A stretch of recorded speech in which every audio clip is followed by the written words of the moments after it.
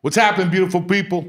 We're here for another fun-filled Tuesday morning. There's no guest today. We just want to catch up with you and tell you what's been going on. As usual, my beautiful co-host is here, Mr. Lee Boogaloo Syatt. How's it going? Good, man. How are you? I'm great, dude. It hits me in like waves that I'm here. I always wanted to be here.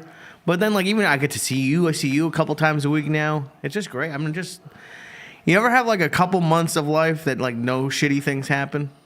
Yep. I'm in the middle, like, one of those, like, nothing too shitty's happened in a while, and I've just been enjoying it. Like, there's ups and downs, but, like, right now, it's like, if life was like this, there's no depression. It's funny. Life has a lot of ups and downs, and there's ups, and, you're down. And sometimes you don't know it. Like, I have a friend that's I'm having the worst year of my life. And she did. She had a couple things happen, but you have to look at the other side of that. You have your kids, they're healthy. Mm-hmm. Everybody's eating, nobody's not working. You got to look at the good and the bad together. And yeah, some fucking days are better than others. I got up every morning, This new thing that I've been doing lately really changed me. One of the best guest we ever had on the podcast was who? Rudy Sarzo. He's fantastic. I learned a lot from Rudy. And during the pandemic, Rudy and I used to talk a lot. And we discuss, he went back on tour with Quiet Riot. Here's a guy that's done everything in his life.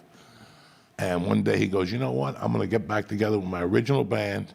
And he always told me it was a labor of love. And that's why I did what I did, because I started the year off just doing spots, open mics and one-nighters and my friends' comedy shows, just doing sets. And I would say to myself, unless I want to go to an open mic, it's not going to work for me. If I'm going to start this bad thing of just doing comedy for money, that's not going to work. I got to start doing comedy because I fucking love it. And I'm to the point now where I'm in love with comedy. I'm not in love with the business of comedy. So I had to separate all that shit. Right. And we're having fun. And for those of you listening who've never been to an open mic, all people at my level want to do is get out of open mics. And if you ask 100 headliners, there's not going to be many of them who want to go back to open mics. Like, you said that, like, if you don't want to go to an open mic, you're not going to want to whatever. No. I don't want to go to open mics, and I still go. Like, going to an open mic is fucking sucks.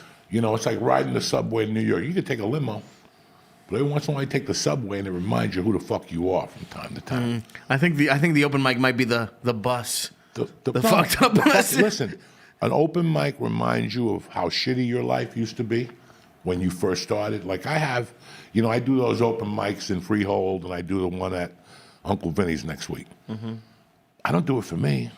I do it because these young guys can now say that they opened for me on their resume. You know what I'm saying? And number two, it's a solid open mic. It's not like an open mic with nobody there. That's what comics do for years. We just go to these spots and do comedy, and there's nobody there but other comics. And they blow smoke up your ass. Ha, ha, ha, that's a funny joke. No, it's not, okay? There's always that one dude, he's like a burn victim, who sits in the second row and shit. He goes there. You know that customer that goes to the bar every fucking week? You always have that one good guy that's up in the front or the third row. But besides that, open mics suck. So that's why I told Dino, Dino, let's do an open mic in Freehold. There's a lot of action down there. They got a little room. The little room is great, and we could do it once or twice a month. And the headliners could come down and headline, try out their new material for 30 minutes, get a little paycheck, and everybody gets home by 9:30, 10. Everybody did that. You don't have to stay there till 11. When am I going on? You're number 38, and we're on number 3. Fuck! Yeah, you got to go to work the next day. Dude, that open mic that we did in Freehold, for some, and there were good comics. It's nothing against their comedy, but for some of the people who were there and performing, that would be like the biggest show they ever do. Yeah, and it's so cool. And that's called making somebody's day. Yeah. In comedy. So now somebody's going to make your day. Somebody's going to call you one day and go, hey, what are you doing tomorrow? I got 2 days on a movie shoot for you. We're gonna, go, why did he pick me? Because a couple of weeks ago, you put a couple of open micers on stage. Right. And you paid like 2 or 3 of them, which now you make them professional. In their mind, they've been taking a beating. They got to pay for parking. They got to pay for the soda. they got to pay for everything. Now some guy's giving us $40, $20, you know? Yeah. Because I remember that. I remember the first time somebody gave me $20 to do comedy. I almost shot myself. Yeah. I couldn't even do the speed limit on the way home. I was doing 100. I couldn't wait to call my friends. I'm a pro. You're not a pro, Joey. Knock it off. But now you know what it feels You like. feel like I remember when I came to do Skankfest years ago, way before the pandemic. Felipe was headlining Caroline's, and you called him and he let me do a guest set, and he gave me $30. It was I think my first paid set in New York. Yeah. And I got $30, and I got to perform at Caroline's before it closed. I didn't know it was going to close, but it means that's the coolest thing for me about going on the road with people is I spend half of my time daydreaming about what I'll do for people who open for me. Because you've been obviously great to me. Josh has been great to me. Everyone, honestly, I haven't really had a bad headliner yet.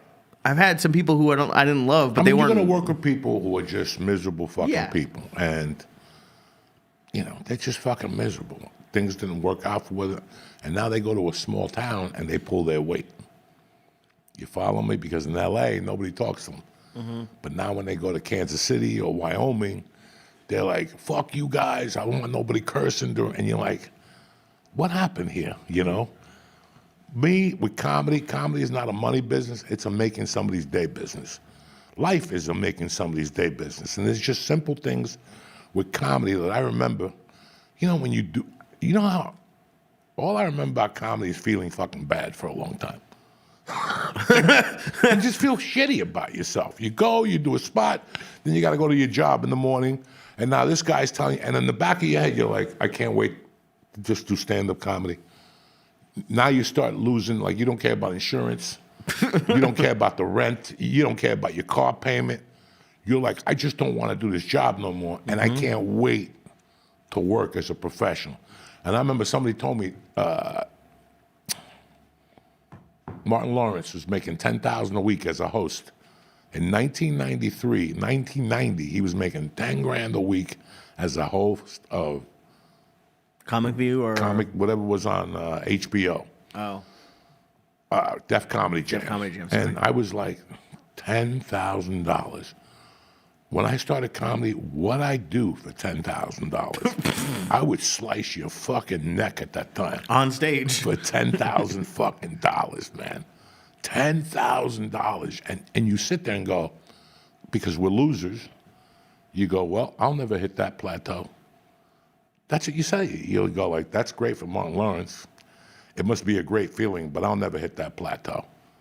And that's how you look at it. And then 20 years later, you're not getting $10,000, but you're probably getting $3,500. And you're like, damn, it feels good to be a gangster. Holy shit. It's cool. Anytime I get a check from any comedy club, it's like $400. I'm like, this is cool as shit. This is really you just fun. Go. And I know people at home are going, Lee, somebody gave me $30. That's cheap. No. Because there's people that don't give you nothing. Yeah. There's places that you go and you get the dinner tab, and it's 100%. You had to drive there, park there, and now they're charging you $28 for the fucking scotchard salmon, some fucking dry piece of salmon. They caught up some pencil. Well, anybody. What about charging anybody you who eats a piece of salmon from a comedy club should be shot and hung anyway, okay? Don't eat salmon from a comedy. Don't even take the chance. Don't do the little linguine and clam sauce. Nothing with that, because you might be fucking sick for a year. Yeah. Stick to the stupid stuff. Pizza, and even that, pretzels. What about the clubs that charge you to perform? I just got, and I'm not going to name the club, I signed up for a show, and they said if you brought a certain number of people, you would definitely see the booker would watch you. I didn't read far enough down, but you needed to bring a certain number of people to perform. It was a full-on bringer, and they wouldn't let me perform because I was just trying to go to do something. And it's so the fact that anyone gives you even $10 is great. A lot of times, I just go, people ask me, how much are you getting paid for this show? I'm like, I didn't ask. And then when they pay you, I got $100 the other week for doing a show at a dispensary. That was fucking awesome. But it was like a Hanukkah morning. It was a surprise. I'm at the point now of comedy, where any money is just money you find in a jacket. It's like a surprise money. That's it. Yeah. And you look at it like that for years.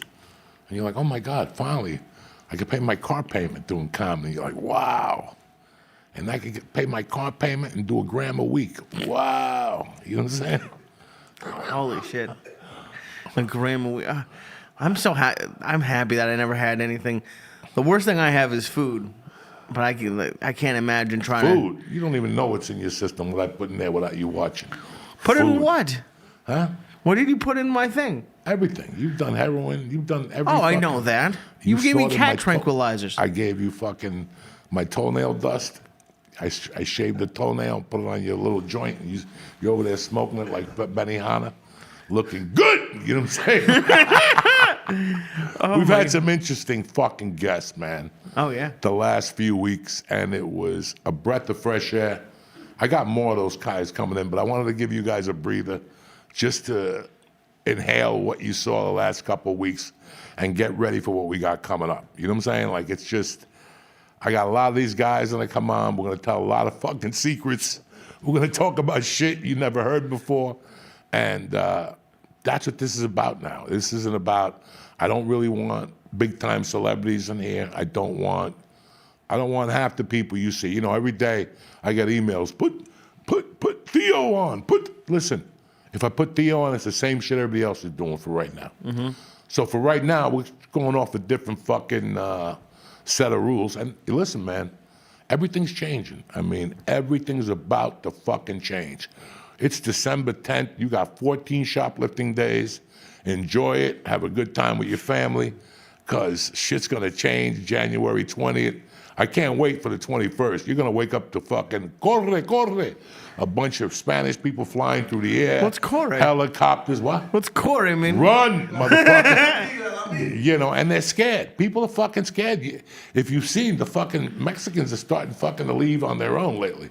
Have you noticed that? Go to a restaurant. They're not as quick as they were 2 years ago, even after COVID. That's it. I just went to Home Depot today, and the Americans didn't know what I was talking about. I No, missed Spanish them. people are scared. They're like, you know what? We're going to get thrown out. You know what? We're going to leave on our own. Why are they going to have them put me in a cage with some fucking guy with leprosy down at that fucking border? You know, I don't need this shit either. That's going to change, and my heart goes out to everybody involved. It really does. It's going to be a fucking horrible week, and already mayors are opposing it, different police people are opposing it, you know, and it's going to be interesting. A lot of things are going to fucking change.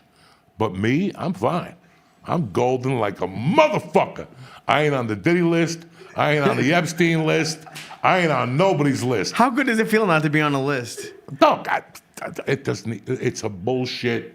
It's all bullshit. Like last night, they released more info. This poor bastard, Brooklyn's own, fucking Brooklyn 666, whatever, Brooklyn 99.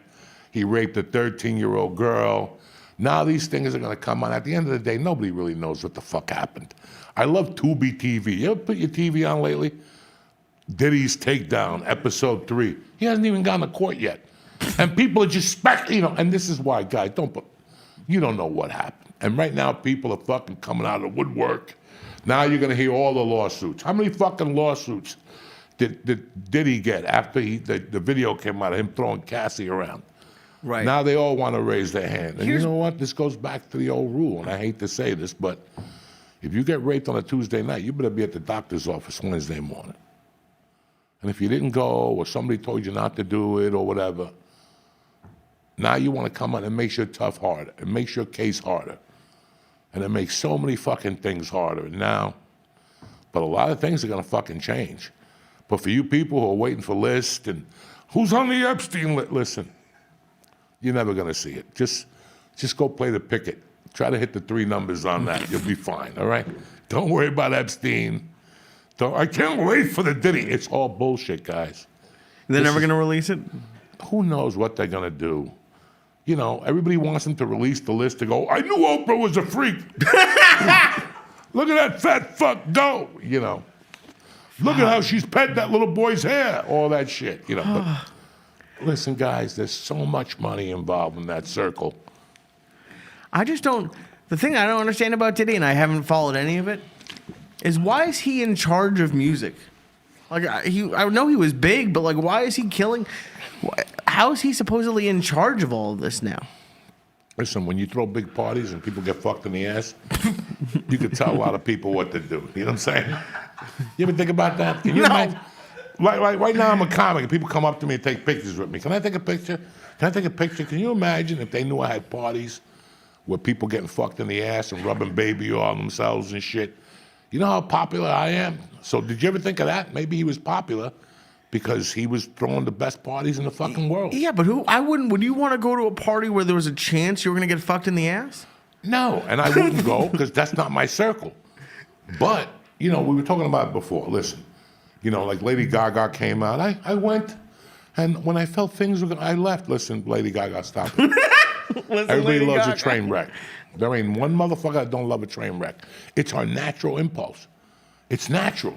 We're at a can you imagine at some party talking to some fucking Gentile?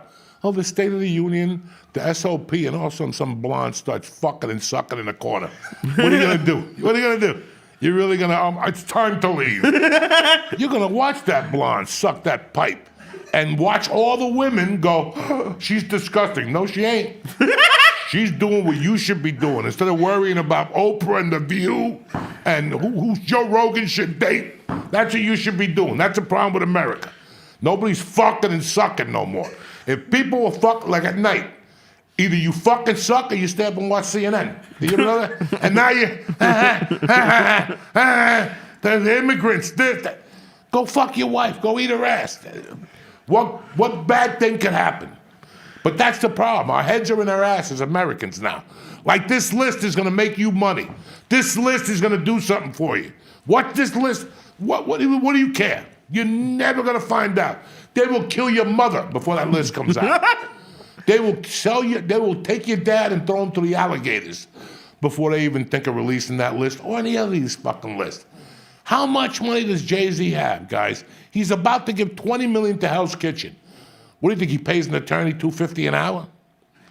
He's got fucking 20 attorneys at $1 million an hour, and it don't even budge him.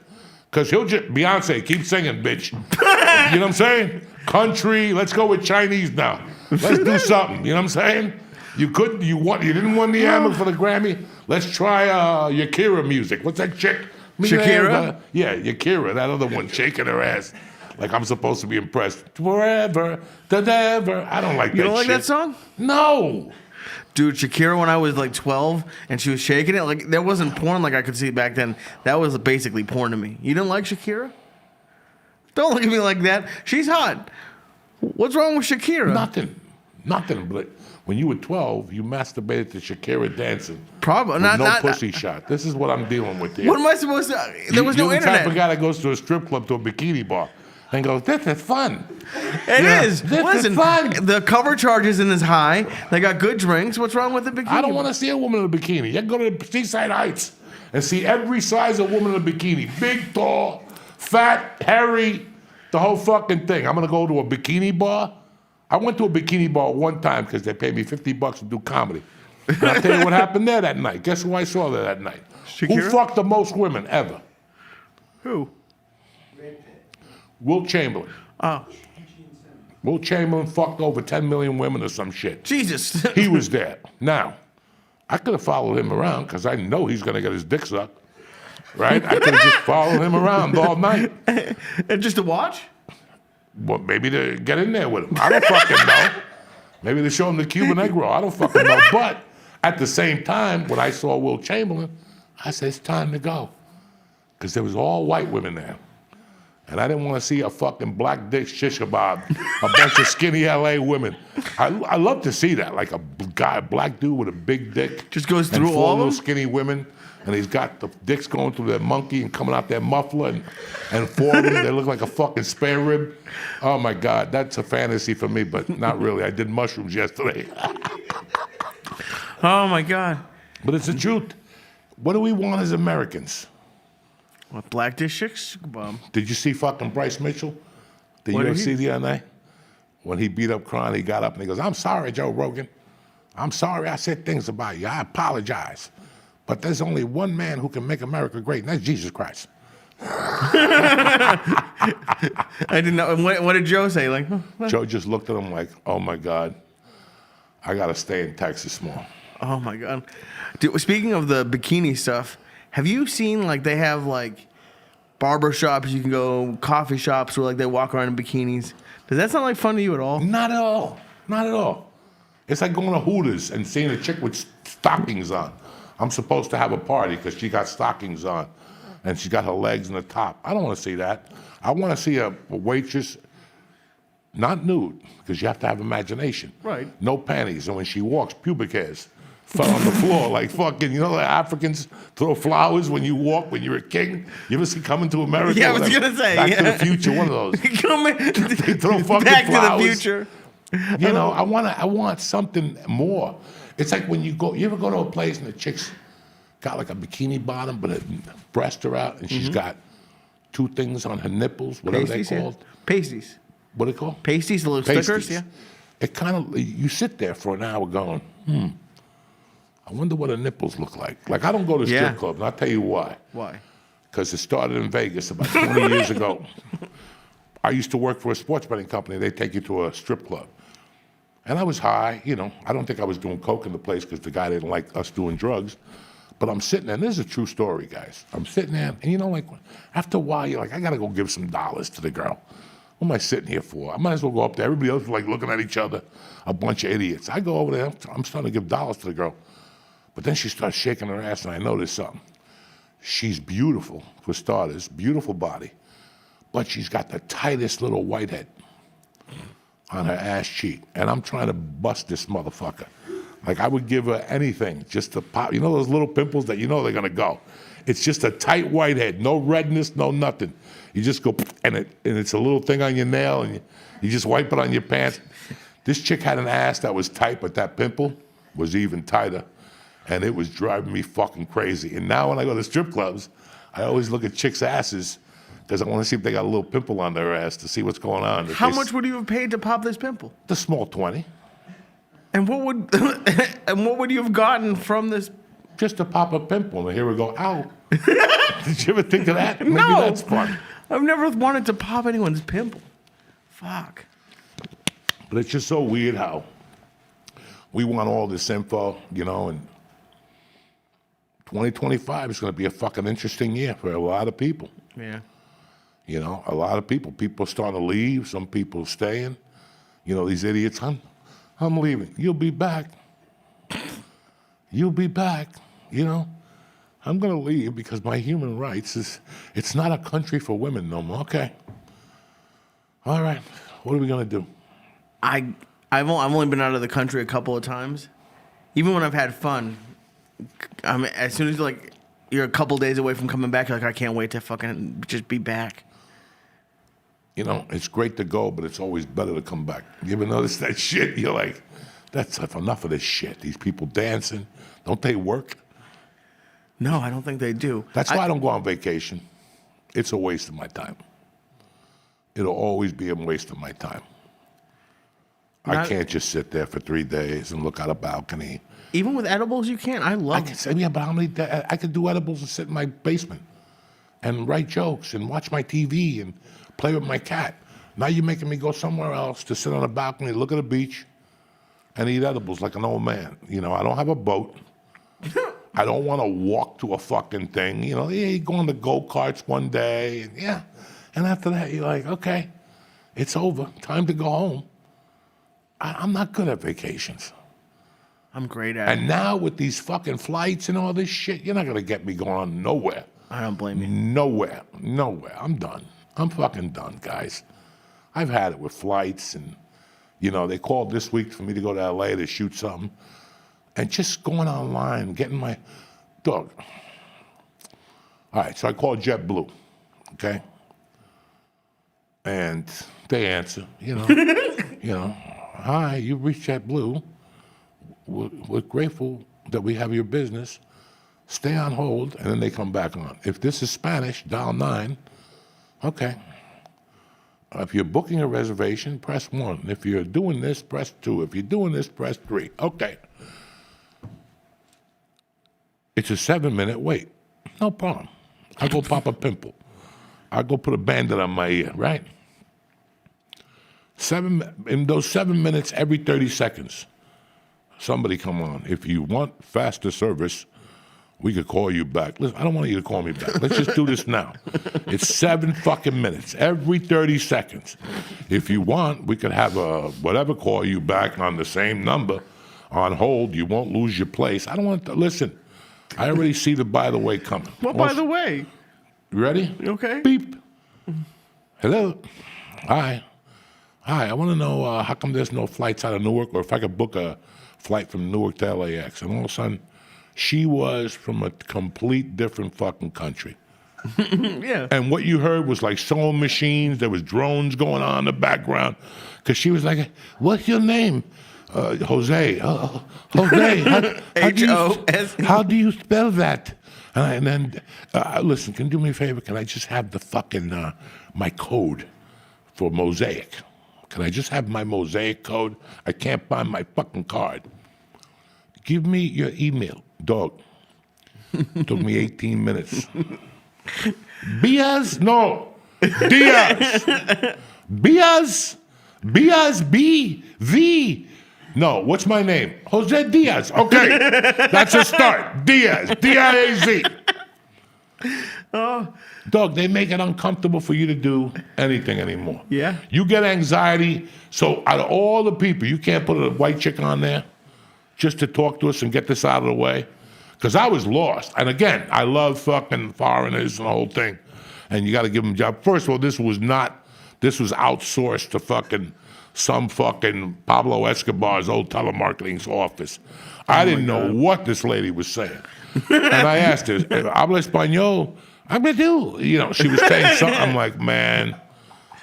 Oh, I'm dude. like, now I got to deal with this shit at the airport. My boy told me that if you fly to United out of Newark, you got to stand in Terminal D and give your luggage up. I'm not in the mood for all that shit. And if I get to the airport and you tell me my flight's delayed, listen, wherever I was going, then I got to see me.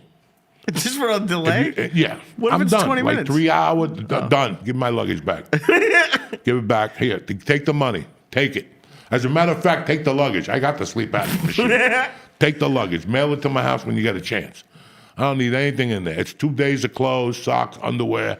Ain't nothing in there. I got my weed in my nutsack, and I got my edibles in my nutsack. I swear to God, You I'll still leave. keep it in the nutsack? Bro, remember last year, 2 years ago, right before the pandemic, I got stuck in Atlanta. Yeah. It was a fucking all day, and these You missed the motherfuckers show. and these motherfuckers are calling me at 3. Well, we could send a helicopter for you in a private plane. I go, dog, and who's gonna pay for that private plane? For me to break even, to get there in a rush, to do a show? Get the fuck out. It's done. It's canceled. They kept calling me every 30 minutes. We get you there. We got you a train that'll drop you off to a helicopter, and then some guy named Jed will take you to... No, it's over. Yeah. I've been sitting here since 6 in the morning. It's 4. What do you want me to do? You think I'm going to move to tell a fucking joke now? Yeah, that's... 10 hours at the airport. Yeah, I'm going to just get on stage and be fucking, Johnny Frimbo. Whoever the fuck that is. Yeah, it sucks. But do you ever have... I just had a really great experience somewhere, and, it made me, hopeful almost. What experience did you have? I went... Well, you called me. I went to dinner 2 nights in 1 week, and you called me Johnny Dinner, which I thought was hysterical. But I went to a steak place. I've never been... And it wasn't expensive. I went... You ever heard of, the Michelin star, the fancy... Yes. I went to a steak, and it was... the best meal I've ever had. You wouldn't go because I will be honest, it is a Korean steakhouse, so they give you the kimchi and stuff. But you could just tell them not to even bring it. You just can't be fucking normal like everybody else. It is normal. It's a whole. You gotta it's go 2 to a countries. fucking Korean steakhouse. It's great. Right? It was great. Never. Wait till you shit blood. It was days ago. That's where you got the pink eye. No, it's not. That's where you got the fucking It's not. pink First of all, eye it's not was. pink eye. Yes, it's it is. a sty No, from it's not fucking a sty. something. Yes, That's it is. where you got the pink eye. It's not a pink eye. I knew there was a by the way. Yeah, I'm going to see Gladiator, and then I'm going to a steakhouse. We don't pick no restaurants because there's always a by the. He's the easiest guy to talk into anything. You didn't talk to me. And It was then great. he'll fucking yelp it, and he'll listen to a stranger. And I already knew that there's a by the way. There was no by the way. I'm going to dinner, Cote. It's a steak. Okay. By the way, I know. Everybody else. It tells was me. so good. Yeah. I've never had Wagyu before. You didn't? No. Okay. Have you ever had it? Yeah, and I shit right away because it's so That meat is so fucking rich. Yeah. I mean, they give me 1 ounce. The 2 times I've had it, I didn't even leave the restaurant. I swear to God. I had to go right in the bathroom and shit and come out like, I got to get out of here. That was fucking, it's too rich for Uncle Joey. I'm too old for that shit. It's rich. It tastes like Short you're eating rib, fat. I can't eat a lot of short rib. I like a little short rib on a pasta, but when they give you that big slab, it Oh, I looks love like that. a fucking, it looks. I love it. No. What happens when you eat short rib? It's just too heavy. That's Yeah. it. That shit I could eat when I was 25, 34. I ate a piece of fucking short rib at night. I went somewhere and I had the short rib on the pillows, not the one from my brother at the joint in Red Bank that the kid trains at our school. No, Chef Phil. What is it? Char. Chef Phil makes a fucking tremendous one. I went somewhere else and it was on the menu. The guy goes, I'm going to throw you a couple of them. I ate one. I had to go right to the bathroom and puke and shit. Went right through me. And the meat, bro, this is a great restaurant I went to. It's just too rich. Wow. It's just too fucking rich. You know? It's just too much. It's just a steak with fat. That's what the Koreans do. First of all, And then now they're calling for, you go to there's a war going on in Korea, and you go eat at a Korean steakhouse. There's martial law. Little kids are getting hit with firecrackers and bottle rockets. So what does that have to do with me? Because. Eating I like kimchi. Kimchi. Oh, my God. It's so you don't like kimchi? Oh, yeah, I eat it all It the gets your stuff. The farts would be great. Yeah, I know. But they came out like it was good. That's where you got the pink eye. No, it's not. First of all, don't stop calling it pink eye. I never got a sty until you jinxed me at that Airbnb. No, that's because I just saw a picture of a woman who went to an Airbnb, got in a jacuzzi. She's got a rash all over her fucking body. I guess so I keep it up with the lucked out. Airbnbs. I don't go there anymore. And the fucking Japanese steakhouses. What happened was you went to get a steak and they didn't wash the table correctly. You touched the table and then you rubbed your eye with your fingers. So how clean is the fucking restaurant? It Knock wasn't off. the restaurant. The restaurant was fucking amazing. Yeah, the restaurant was amazing. It was But you got good. a fucking sty, goddamn. I didn't get it at the restaurant. You got it somewhere. I think I had it before the restaurant, which pissed me off. I hate that shit. I hate acne. I'm 36. He hates acne. I do. You think I like having spots? I don't know why I have spots. Everyone else just goes about their day. You know why I love acne? Why? Because I could pop the pimples. It keeps me do something at night. I'm gonna buy you. They sell toys that like are fake pimples you can pop. You want one of those? No, I don't want a fake pimple. What's wrong with you? Sometimes you run out of pimples. You're hanging out with those fucking... I those don't do it. students I don't like popping pimples that much. You're hanging out with those students in New York with the bushkas on and shit. The fuck is wrong with you, Doug? The yeshiva students? I don't know who the fuck they are. There's some crazy people in New York. We were talking about a casino that they're going to build in New York before. Holy shit. That this shit goes through legal gambling in New York City. Dog, you're going to have to get like a helicopter. There's no more just zipping into the city. I mean, you can't zip into the city no more. Let's get it out of the fucking way. No. But Why do you think it's going to be so busy? a casino by Hudson fucking Yards. But there's like, do you, A so you think people are casino coming with a in? hotel, with a dock so people can land helicopters, a dock so people can pull in with their fucking boats, and an event center, and shopping, and malls. This Are you sounds nice. we don't got the space in New York. So that's a fucking island. But again, this is the shit I talk about. It's got nothing to do with me. It's not like I go over there every fucking day. Right. It's got nothing to fucking do with me. I could give a Frenchman's fuck. I come up here once a week to see you motherfuckers, and that's the extent of it. Next week I got to come up 2 times. Yeah. But that's it. I don't fucking come up here. For me to go into the city, my friend invited me to Kevin. He's a great kid. He invited me to the Happy Madison rap party Saturday night for Happy Gilmore 2. It started at 7, but I had a fucking family thing. I had to be with the kids. It was the neighborhood, and they give you a secret Santa, and I ended up leaving because the mushrooms hit me too hard. I had to go for a fucking ride. All those kids yelling and screaming, and I'm hearing Chinese people crying. I thought I was in Vietnam. They're all like, ah. I thought you were blaming the party, but you're like, I also took 9 grams of mushrooms. I think yeah. that might be why you didn't show up to the party. Listen, I'm not going to go to a kid's party just to go to a kid's party.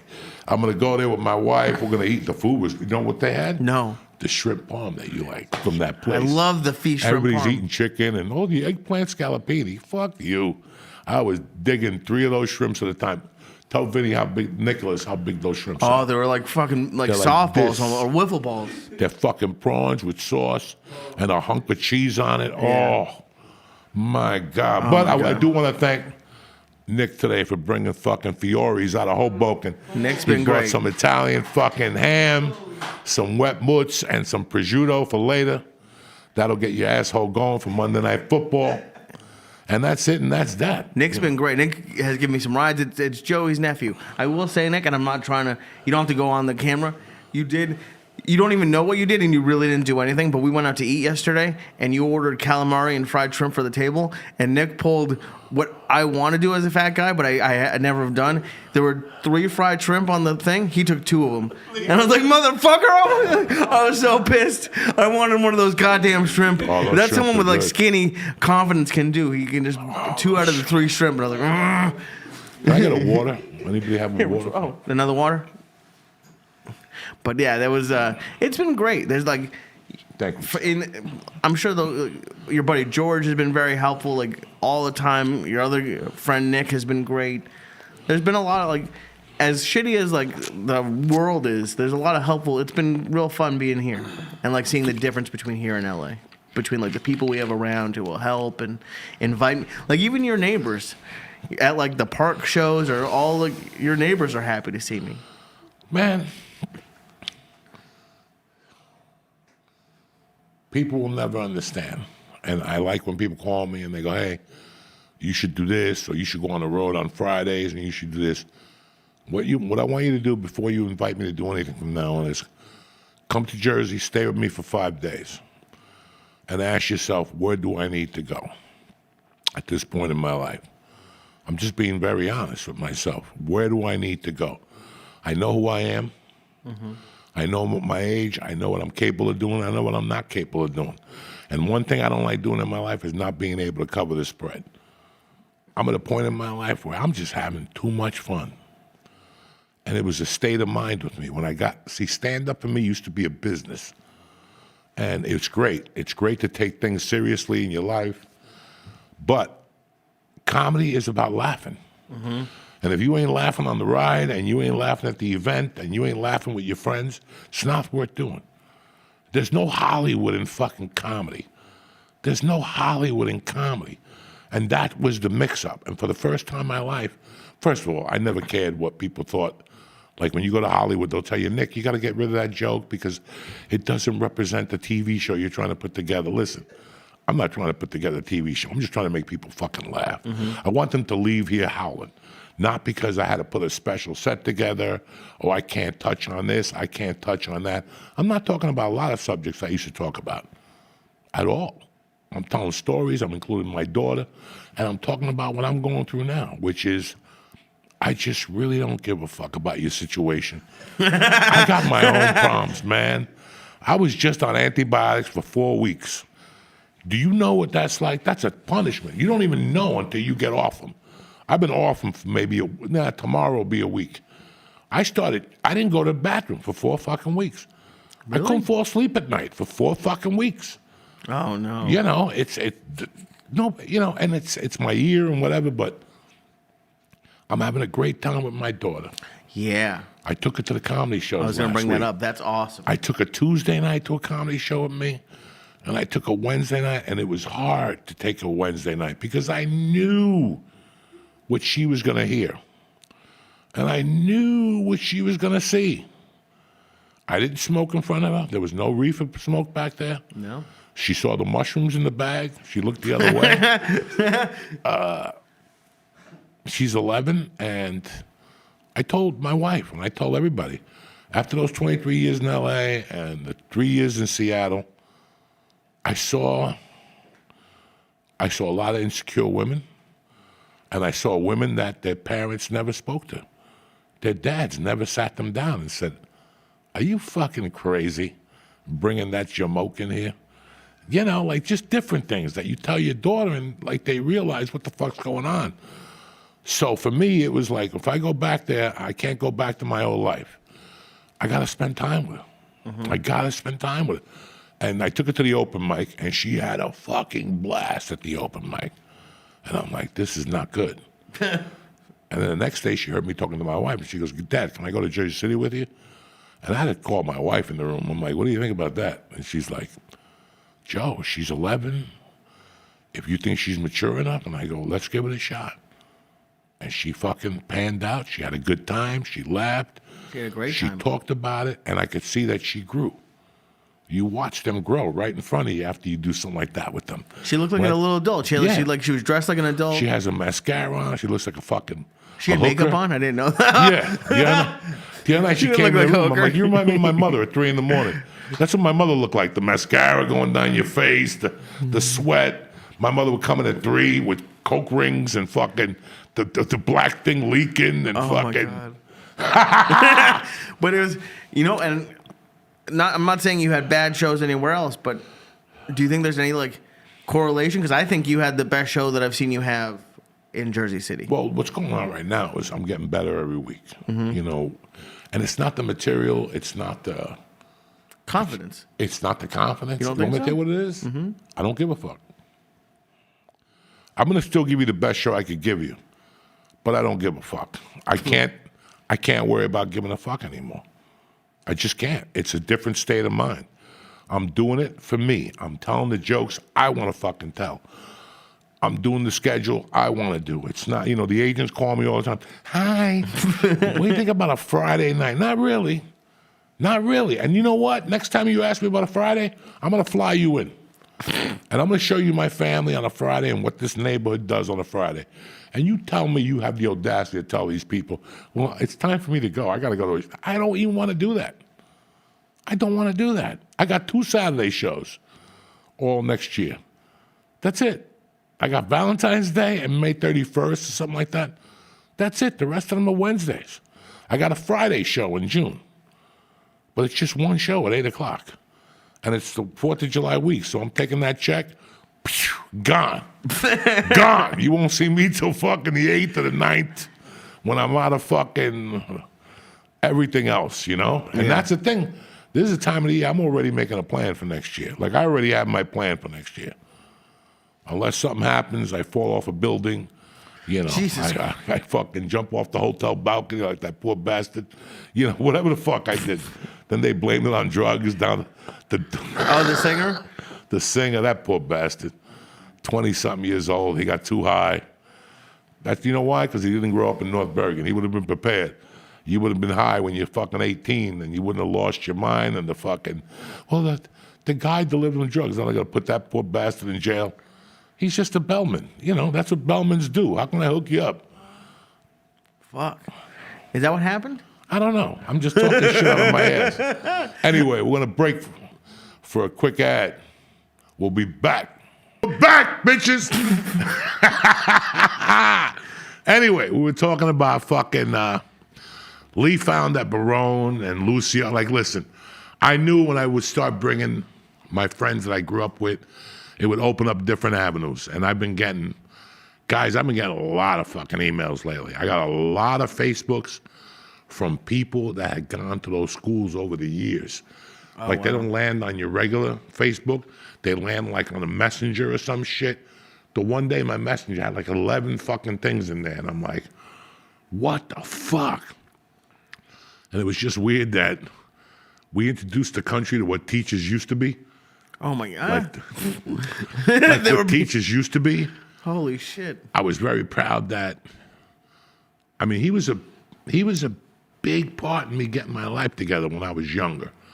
Then once my mother died, I couldn't go around him because I felt embarrassed of who I'd become for a few years.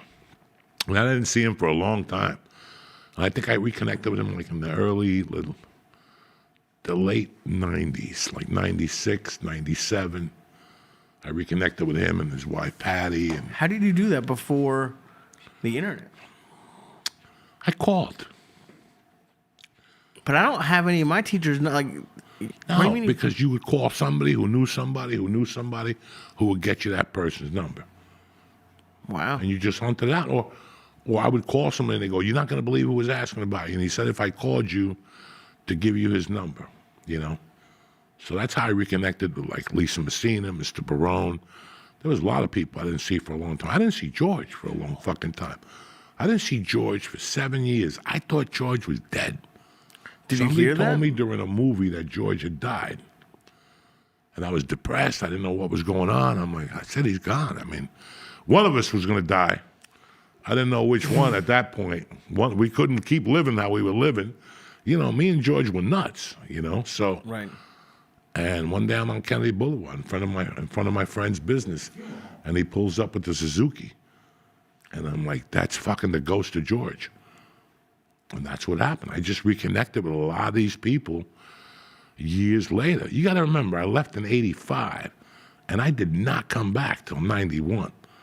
And then I went back and came back in 93. And then after 93, I probably didn't show my face around here till about 96 and 97, and I would just come in for a day.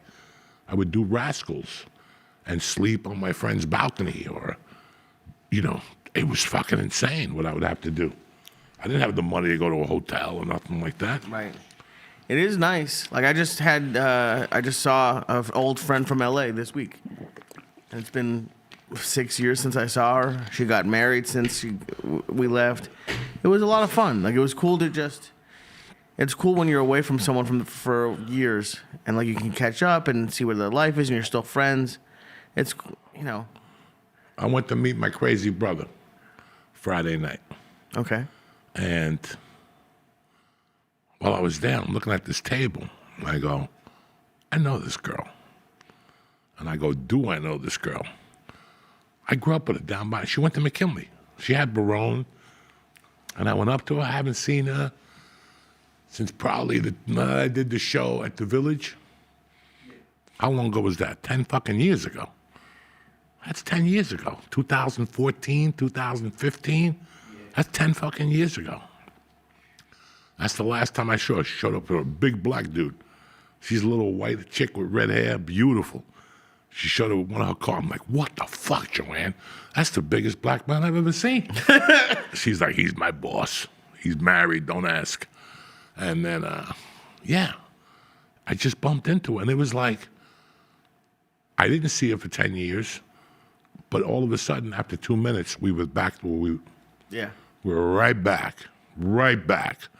talking about this, that. So I take pride, man, in talking to my friends. I always thought that was a big cap in your life. If you can make your life, you know, you see people, you grow up with people, like you don't grow up with people, you meet people in California. And I would tell them, oh, I'm going to see my brothers at Comic-Con. And you know, they didn't grow up like that. No. But after what you guys have seen in the 2 last podcasts, I didn't grow up like a lot of fucking people.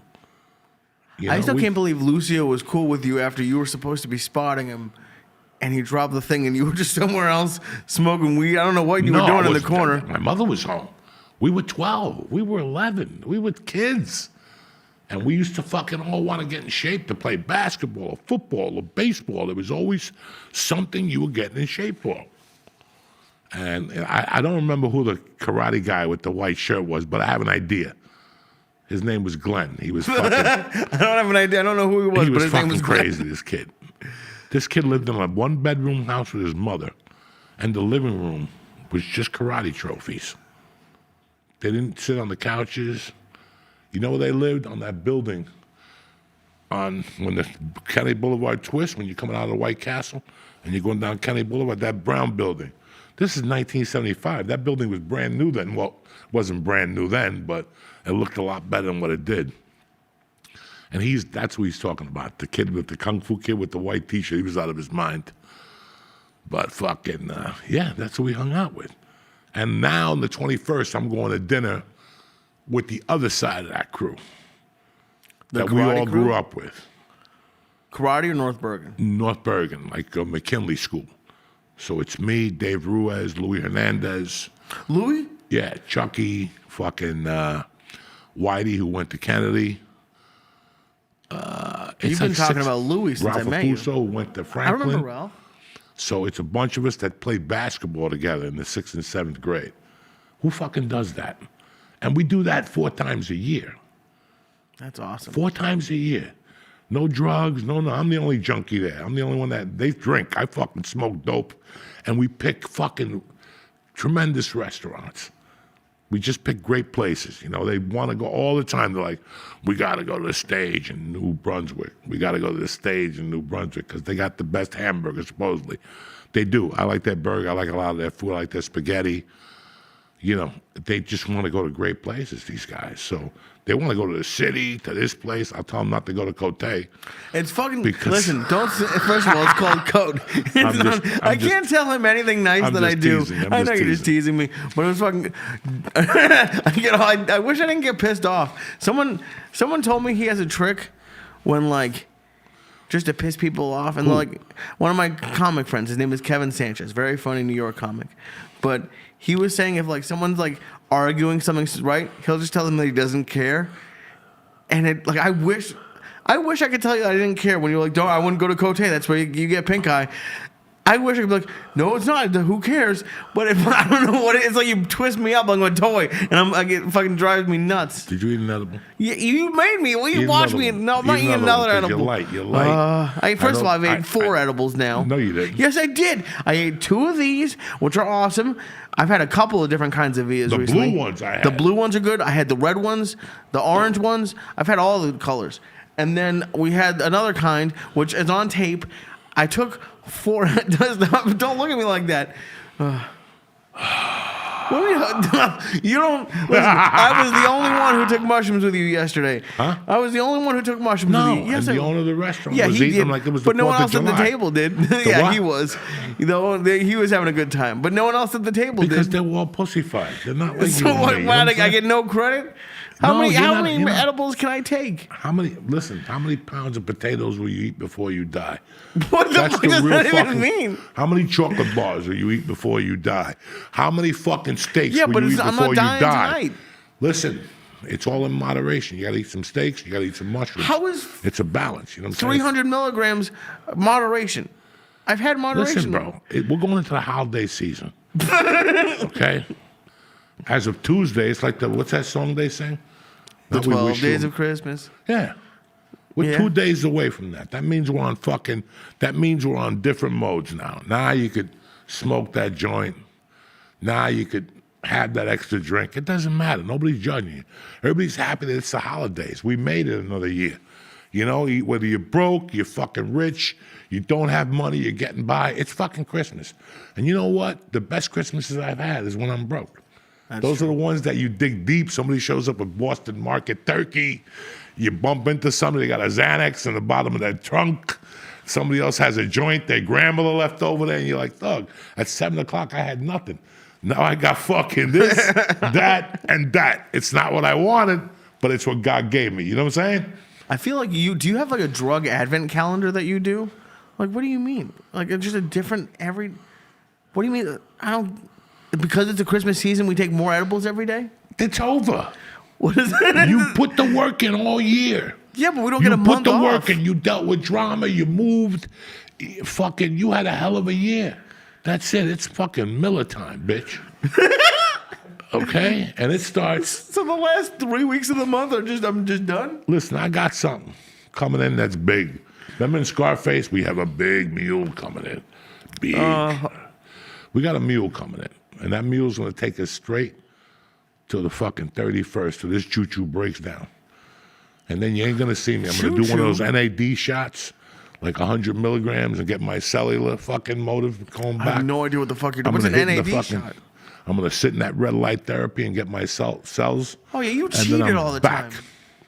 And then I'm back like herpes. Yeah, but you cheated. What cheat? Every time in LA, you'd be like, listen, I'm not high at all. And then you do, if I froze and did the therapy and sweat, and I was just sitting there with nothing. No, you wouldn't sweat it. You were just throwing edible juice on top of First of edible all, juice, on top of carnita fries. You know, it wasn't good. Yeah, but I But didn't you got to have- sweat that shit out.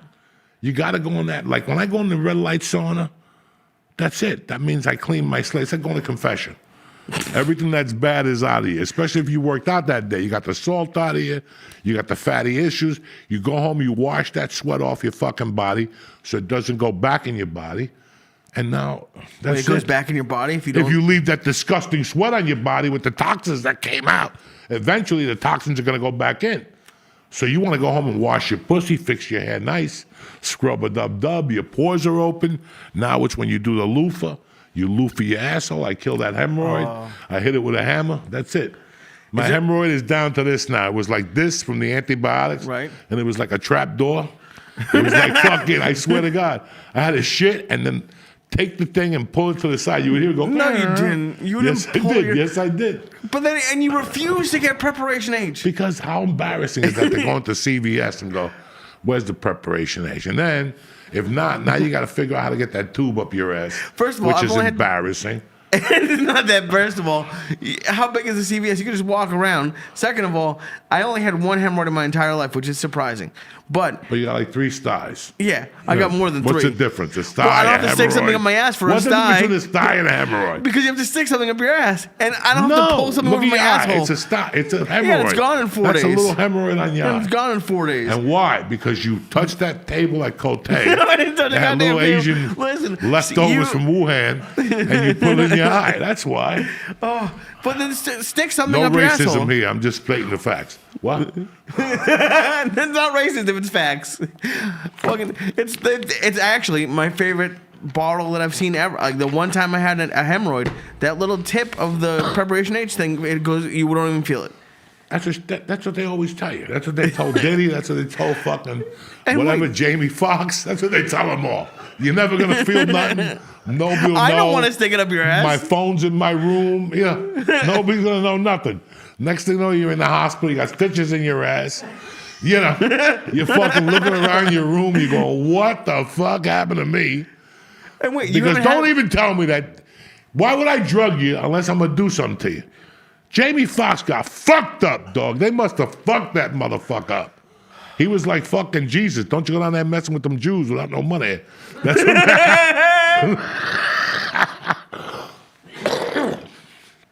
You know, think about it. He went to a Diddy party. He was out of commission for like 3 fucking weeks. He was twitching for like 2 weeks. That's deep.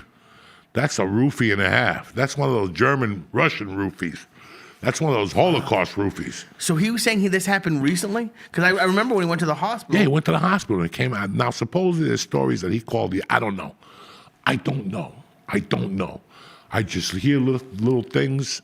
I don't read because whatever the fuck they put on there is bullshit. Right. Whatever they put, the bullshit. You know, Twitter has become X. what? It's called X now. X. Mamau.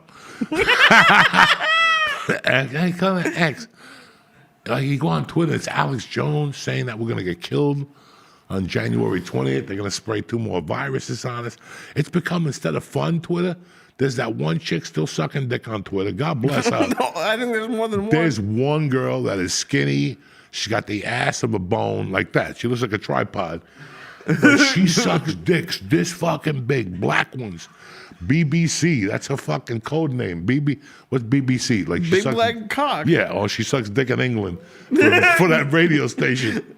And wait, you know this is just because you follow her, right? There's more. No, she just appeared on my, like, I follow somebody who sucks dick. I got an 11-year-old. I don't get anyone sucking big black cocks on my This Twitter. chick, dog, this chick, there's 2 of them. I have a chubbier one that fucks Marines and shit. She just goes, all these young Marines, and she's like 40. And she fucks all of them. She puts pictures. She got abs. But it's all fake. The ass is fake. The abs are fake.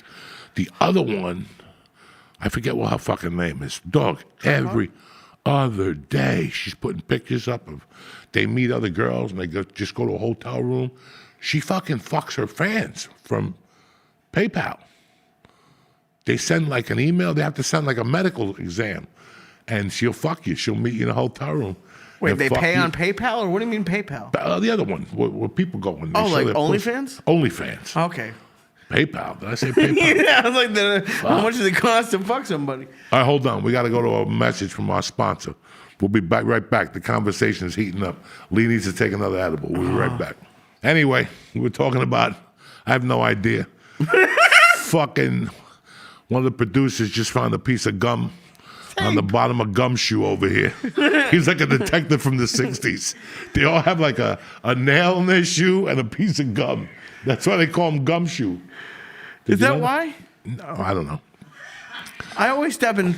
Do you ever walk around and think you stepped in shit? Like, Not really. no? I look at the floor to make sure I don't step in shit, okay? 'Cause that's How often are you looking at the ground? The whole time. First of all, I'm old. I'm always looking at the ground because I might fall. I could fall any fucking minute. My balance is tip-top magoo, but I got to work on it. Really? What do you do to work on your balance? You do strength exercises so you don't fall. And, you know, my bones get weaker now. I've been listening to this lady lately, that sexy lady who talks about your health all the time, Patrick, whatever. I fucking love her. And the other day she said by the time you're 75, you're like 3% of your muscle. But if you start lifting in your 40s and 50s, you'll build a reserve. So when you're 75, muscle is the whole fucking thing. Protein is the whole thing. You ever see when you're 80 and you're soggy, you're not going to live that long. You know what I'm saying? You got to be tip-top magoo. What does soggy mean to you? You know, when you're soggy. Is it like just they look soggy? Like the way I look, I'm soggy. You don't look soggy. But the more harder you work, you have that muscle. It goes all sarcopenia is when your bones start to lose. You know, so it's easier to break bones and shit. So that's what you try to stay around. When I box, I always work on my balance, my footwork. You know, I go to boxing class because there's numbers. I know, listen, with the amount of drugs I took and, you know, trauma and hits to the head and nose, and there's going to be dementia. You have to expect it in our time right now. You don't have to. No, everybody else gets it. It's in fucking milk. It's in carrots. I don't know what the fuck it's in. I don't think But every time you dementia's talk in to your milk. grandfather, he don't remember you. And this is more, when I was a kid, everybody remembered everybody. Everybody remembered everybody. They could be 100. Oh, you little fucking Nicky from the bottom of the corner. You used to throw snowballs at the birds. You know, that. Oh, my God. Now you go see these people and they're like, who are you? Who am I? Who am I? I put the bathrooms in this joint. You know what I'm saying? Who am I? Oh, my God. I was just going to ask you something. What are you going to ask me now? I don't know. Fuck. No, we were talking about something. You don't remember what we were talking about? Not really. God damn it.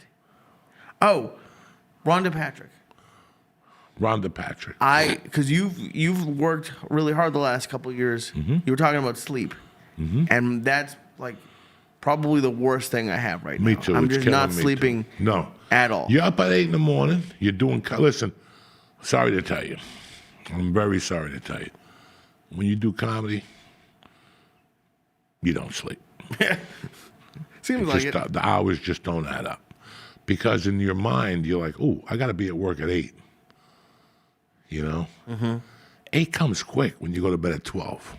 12? And if you go to bed at 12 3 nights, already you're carrying that tiredness for Thursday.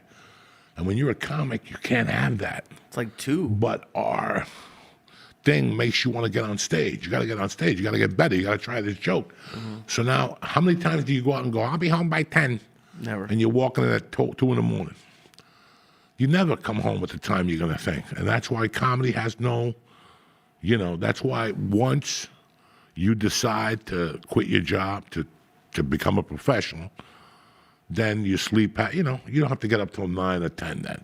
But again, you don't want to ever get up and miss a call at 9 from somebody. No. So that was my world. Like, even if you snorted coke till 6, you want to snort coke till 6, go ahead. In fact, I'll give you an extra package. Snort it till 7. But you better be up at fucking 9. And that's something that you can't put an alarm for. You have to do it. You have to go, listen, I snorted till 7:30, I ate ass. I got to get up at 9 with those fucking sheets come out. Because if somebody gets up before me and they see those sheets and they submit, they might get that role. Yep. This goes back to basketball, George. George is practicing basketball. I'm sitting here at a wedding with my mother. Fuck you. George is getting better. I'm not. You have to think like that sometimes. And that's the truth. That's it. When you're doing that when you're a comedian, an artist, you're starting a business. I let these people that start a business and then they want to go to Europe. We'll go to Europe. Good. I can't wait till your employees rob the shit out of you. Right. Can't wait. Can't fucking wait. Can't wait. There's no vacation. There's no, the kids want to go to Disneyland. Fuck the kids. This summer they work. They work at the fucking plant. You know, and that's the problem. People forget that you got to watch. You got to stay on top of your game. You got to stay on top of your shit. And I don't know about you motherfuckers, but I'm to an age right now that I was talking to somebody Friday, and they said to me, Joey, you fucking stiffed me last week. And I go, what do I mean? They go, you remember we were talking on the phone, and you said you called me back that night. And I go, my brother, do you think I really I go, first of all, shame on you for sitting at home and waiting for me to call you. If I tell you I'm going to call you Thursday by 7, and fucking, you know, I come home and now my daughter's got braces and her teeth hurt, that's it. That's it. I don't remember Thursday at 8. And I go, you really think I would blow you up? Because I didn't know my feelings. I go, dog, and what about your end? You can't pick up the phone and go, Joey, weren't we meeting? Oh, I didn't want to bother you. Bother me. If I fucking told you I'm going to do something, guys, I don't have it anymore. I don't have time. Nick and I were talking yesterday about all this shit in the news. You have to decide when you're my age on what you want to retain. Do I need to retain anything that they talk about CNN? Why are they still talking about Kamala Harris? Why are they still talking about all this shit 3 weeks later? Do I want to retain this? Is that what you want to do, retain this? There's more important things. Like I was telling my brother George, listen, everybody wants to fucking help charities and shit, right? Right? Everybody's always, oh, I donated to the blind. I donate. But meanwhile, you got a grandmother that's barely making the money. Why don't you mind your business and stop being a good guy for people and be good to your fucking grandmother? We got a community around us.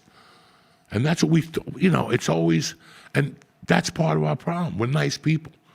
We think about other people and shit. But at the same time, what's that thing? You know, when you, Lee, there's something on my computer where you don't have enough memory, Joey. Well, guess what? That's what's going on now. You're just out of... You don't have enough memory to retain, and that's not just going on to me, guys. That's happening to you guys. You just don't know it. I mean, you're old enough, and I'm old enough, my brother George. We didn't have this much information. We had ABC, NBC, CBS. Fox was a pimple on an ass. They didn't talk about nothing. The first show they had was The Simpsons and Leguizamo, House of Buggin'. Nobody remembers Fox. Then they got America's Most Wanted and Married with Children. But, you know, we had 3 ways to get news. And if you wanted to know what happened in North Bergen or New York City, you had to watch Eyewitness News or 12 or 9, 12 and whatever. Now, we have 30,000 fucking news avenues. You go on the computer, you got Yahoo, this, that, Forbes, bop, beep, bop, boop. Not to mention, when I was a kid, I watched Happy Days. I watched the Waltons. That's 2 days a week. Every fucking night, you got to fucking find a different streaming service. Remember your fucking code. You know, how much shit can you put on your mind before your mind finally goes, it's the law of diminishing returns. You know, that's why you have to do shit now. You have to read about stuff you could do. Like, they say turn off the computer at night. They say turn off. Bro, when I get up in the morning, I do not look at that cell phone. Nothing is good news on that cell phone. Nothing in the morning. You have your coffee, you look out your window, look at that bird. I don't care if you look at the Russian guy pushing the garbage into his backyard. It's a lot better than reading what's on Yahoo first thing in the morning. Do you ever feel like you're addicted to your phone? No, not like that. And because you had addiction problems, like you never feel, because I do 1,000%. I spend way too much time on my phone, and it's not even like I feel the urge, but it's just if there's ever a second of like just silence, you just reach for the phone. Listen, in today's society, everybody's addicted to the phone. Everybody complains about people being addicted to the phone. I have a family, and I hang out with other kids with families, and this is what you see when you go to a restaurant. You see the kids rip out the phones, but then the parents rip out the phones. Mm-hmm. So we got no leg to stand on. Right. You know? Yeah. The phone was a very great invention, but the more you have a phone, you're like, this wasn't a good idea. It was good at flip phones. This was not a good idea. Because now you have, like when I call you on your cell phone, I don't know about you. I expect to get you on your cell phone. If I call your house, you're in the shower washing your pussy, you're somewhere, you're out at the bodega, whatever the fuck you're doing. But if I call you, when we call your cell phone now, we expect for you to pick up that fucking cell phone. It's in your pocket. Every time I see you, you're on there. Right? Every time you see anybody. But then when you call them, they're not around. Dog, it's the worst thing in the world. Because I feel like I got to pick it up because it's on me. It's fucking on me, guys. You know it is. It's on you. So this could be anybody. This could be your daughter. This could be... But there's so many other things on the phone that the way Instagram, it's taken away. Like, Nick and I were talking about specials yesterday. Who watches a whole hour? Very rare. We listen to long podcasts because we have to drive a truck or deliver UPS or whatever. But it could take someone, this is going to be like, what, 90 minutes? This could take someone, in theory, a few days to listen to, when they're driving back and forth or doing something. Some people listen to 7 a day, but it's, I don't the have time to phone's listen great. to 7 a day. I pick and choose. If I see a good guest, I want to see you something. No, but you don't have the lifestyle to listen to 7 a day. There's definitely people who do. And I wouldn't. No, you wouldn't? No, because it's like Sunday football. I would love to be able to sit there from 12:30 and sit there till 10 o'clock at night. Oh, I ate too many wings. This is what you do every fucking week. I could watch the first quarter of the 1 o'clock game, the first half. Okay. Then I'd like to go for a ride. You always say this. What do you do on this ride? I call you. I call anybody who missed a call. Mm-hmm. I call somebody I have to check in with. I call my agent. I call my other agent. You don't know. It's Sunday. You're getting ready for fucking Monday, Jack. So, the fuck? Why Sunday, don't you do this at home? Sunday's the Lord's Day, but that's till about 1 o'clock. Right. Then you watch a little football, then you take your little nap, you smoke some pot, you give the wife a stabbing, you take a shower, and you get up. It's whatever, Disney or whatever they used to have when we were kids, the show with the animals. Now, I watch a little 60 Minutes, and in between that little break, between the 8:20 game and whatever, I'll go in the notebook and get your week going. Come on. It's Sunday, motherfucker. You got a clear head. Let's go. What are we doing? I call Terry in. What are we doing this week? Because I don't have my schedule. Like, I had a complete schedule last night, and she dropped games on me this week and practices and, But why do you... I think the drive is interesting, because I like driving, but like, why not just make those calls at home? Because I have a wife and a kid, and I love my wife to death. But I told you this a couple of weeks ago. I could be sitting there all morning playing fucking Wheel of Fortune. DraftKings will have like some casino thing, and I'll go on it. I'm losing. I lose like $40 in dollar bills, Right. I usually take 50 and play $50, and then if I win, I get the points. I'm a fucking, I'm down to my $48, and I just hit a jackpot. That's when my wife shows up. As I'm hitting the 3 wheels. You know how many times she does this? Every fucking day. I could sit downstairs just writing for 25 minutes, not hear a fucking peep. And all of a sudden I go, it's 10 o'clock. I got to call Nick. I got to call this guy. I got to call this guy. I got to call my agent. And that first fucking call, there she is. Now she has to put a load of laundry in. She couldn't have done it all morning. Then it's upstairs. Then she forgot to bring the stock down. So that's another trip down. Then, what are you doing? Then you get that, what are you doing? And then they go up again. And then that's another load down and up and down. So that's why in the mornings, I do everything I do. She leaves for work. I eat breakfast. I wash my pussy. I'm out of the house by 9:15. I walk into that gym and I ride the bike for 30 minutes. I do like a HIIT workout. I got it all the way up to 12 now. I stretch. Depending on what my day calls for, I either stay there or I go to the boxing gym. But in between that, I park in the corner of my parking lot. I get a bottle of water, a pack of nicotine gum, and a half a number. And I call all you motherfuckers. And that's how you do it. So nobody could bother me. Nobody has to ask me a question. You've been here for an hour. You've been sitting in that chair for a fucking hour. An hour you've been sitting in that chair. And all of a sudden, I got to make a call. And now you want to talk about fucking Tuesday of next week or whatever. And it never fails. I love my wife. I'm very fortunate that she goes up and down, up and down. I could be unfortunate I don't have a wife that goes up and down, up and down. But at the same fucking time, it never ends. Mercy is a half a pain in the ass, maybe a quarter. She's not bad at all. Okay. Mercy's like a father. This is what I got to tell you, and now if you, I don't want to say to you. I'm going back up to my room. My wife, again, last night. Terry, did you see that? Oh, I didn't see it. I'm going to bed. Okay. As soon as she says going to bed doesn't come out of her mouth. I already pop up from my chair and walk towards my office. That means good night. I sit at my desk. I turn the computer on. 4 or 5 minutes pass. She's still. She just told me she's going to bed. Then I see her walking, and all of a sudden, as she's about to go up the stairs, something happens on the TV, and she looks at it for another 2 minutes.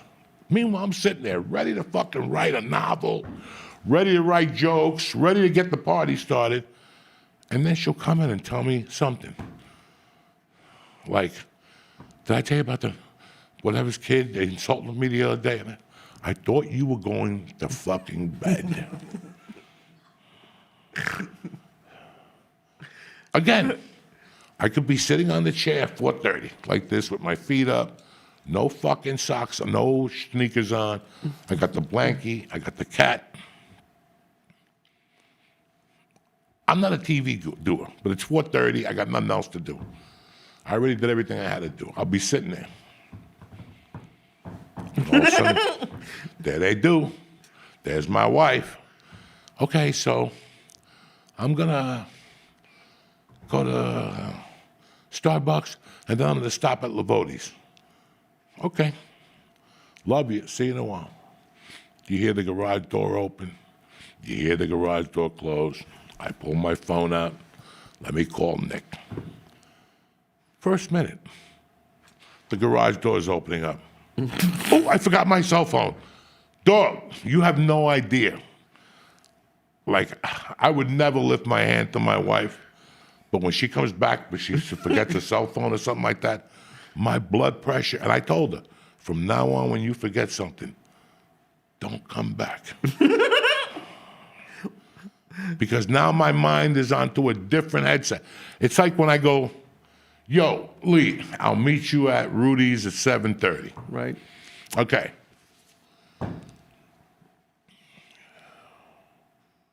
What was I going to say? I forget now. What would like change your mindset or like?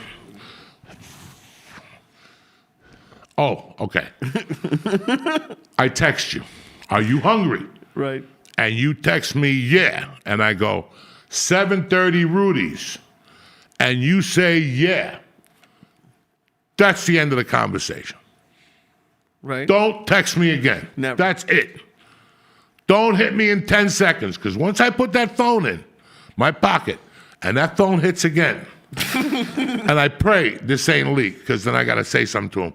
It's usually somebody else. Thank God. If it's that person again, like I have a buddy I call, and you can't text him, because it's yes, no, bye.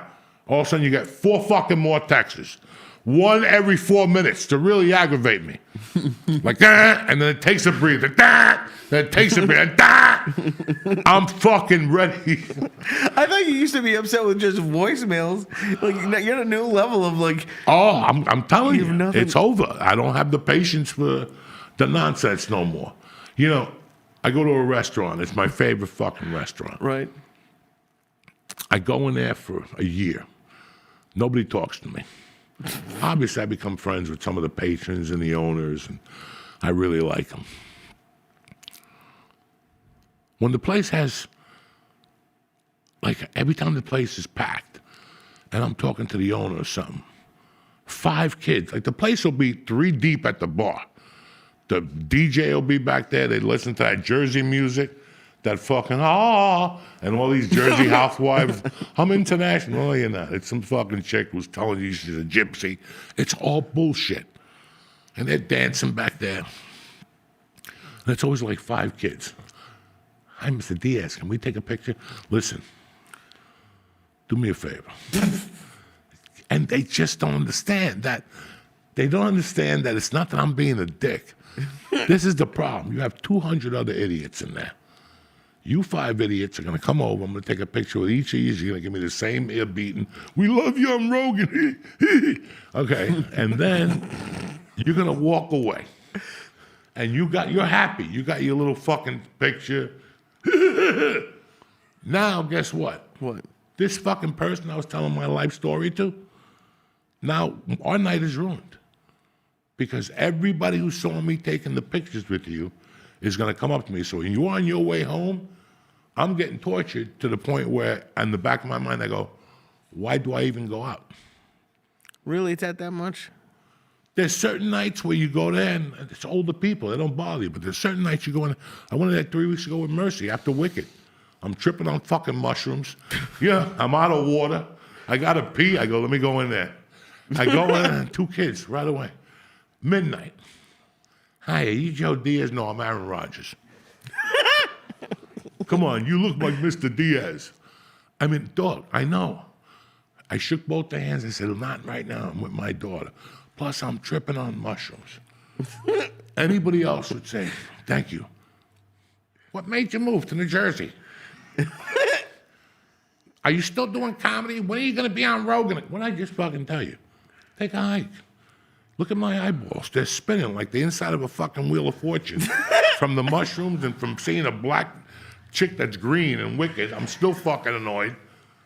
And fucking, you want to come up to me and ask me these dumb questions at midnight. Meanwhile, they're coked up. That's the problem. They're and you could tell they're not ready for coke. These are 2 little fags. They're still on the vapor pen level. Right. Oh my God, this vapor. Don't drink wine with it. Don't eat cereal with it. Lee sees it all the time. When people give me edibles, be careful. And Lee's like, it's fucking jamoke. And then there's a guy that came to me. I started an edible company. These are really strong. The idiot I was telling the way here. He gives me a sheet. It's 100 milligrams, but it's the 100 mil. Everybody who says it's the 100 milligrams strongest they've ever had in their life. Okay, right in front of him. I took the thing out and I go, this, and I just ate it. He got fucking pale. The dude's like, I don't want to be responsible. I go, no. He goes, you should take these when you're home. You shouldn't take these when you need to drive. I called him 2 hours later. I go, listen, don't you ever call me again with that Fanoic fucking edible. What the fuck is wrong with you?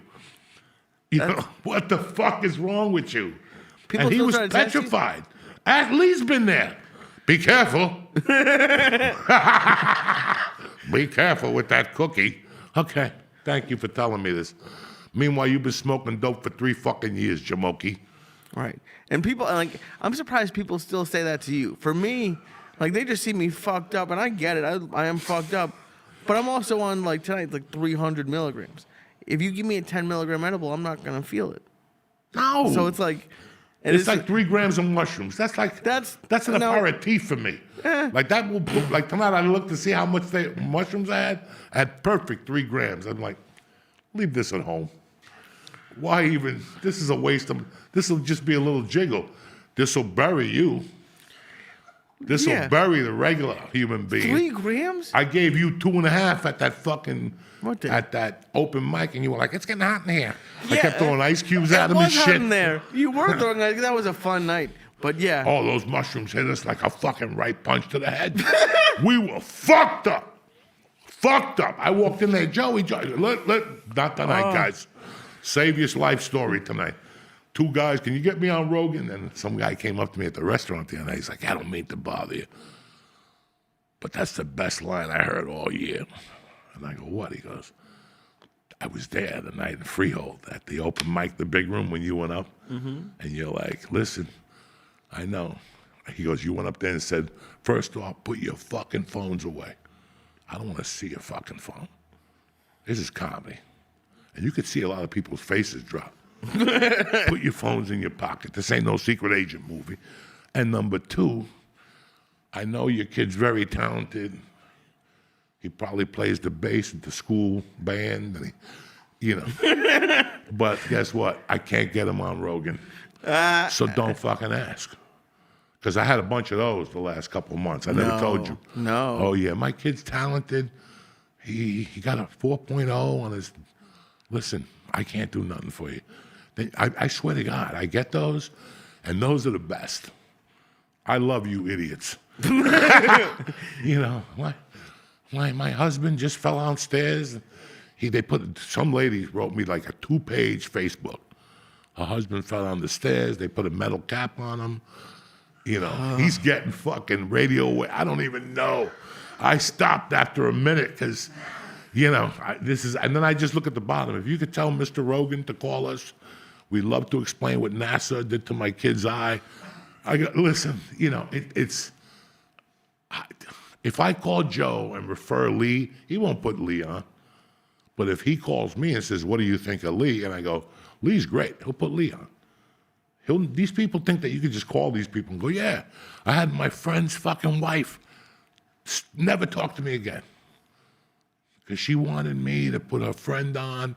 This book explains all the mysteries of life. But she lives in fucking Burbank. You know what I'm saying? Dude, one of the hardest, I laughed because we took some mushrooms yesterday and we were out to eat and this person came up to you, and I don't know with this specific one, but I've heard it happen to you a few times. Someone's like, hey, I was just with so-and-so and they really want you on their podcast and they think it'll be great. We should set. And you're nicer than I would expect you to be, but like the idea of like, I'm just so jealous of people who would have the balls to be like, hey, I get 100 views. I think Joey should be on this. Like that's crazy. Like people don't know. People think you're gonna go on that podcast to save it. They have no idea that's probably worse for your podcast. Because if you get that spike, what goes up comes down like a motherfucker quickly. So you always want to work your, and I tell people right out, when they call me, I'm like, listen, here's the situation. First of all, you're an hour away. That's 2 hours out of my day. That's 2, plus the hour that we talk shit before we do it. And I know your neighbor's gonna come over by mistake. Oh my God, it's Joey Diaz. I know, I already know. Before we even do this, I already know you're gonna have a drop in and I'm gonna have to talk to that fucking idiot for 10 minutes. This is just, you already know.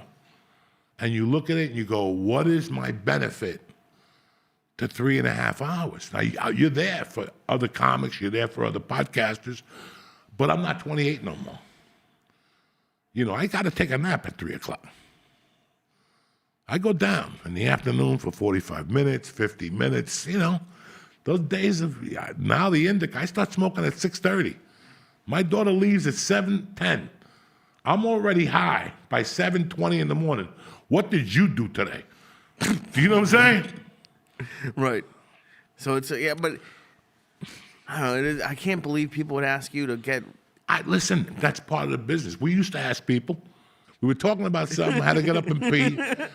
In the bathroom, I told Lee, remember what we're talking about. Let me just go pee real quick. I'm in the bathroom, I didn't even close the door, and I heard a lot of yakking out here. A lot more than, yakking and giggling and things moving and feet moving. They just can't leave shit where the fuck they are. I come out here, it was a long pee.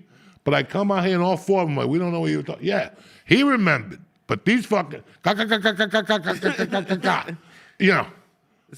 Now we learned our lesson. That's excessive information. Yeah. We don't need it. I don't care. Listen, leave the fucking stool how it is. Burn the fucking thing. If there's gum on his shoe, leave it there. He should have cleaned it off before.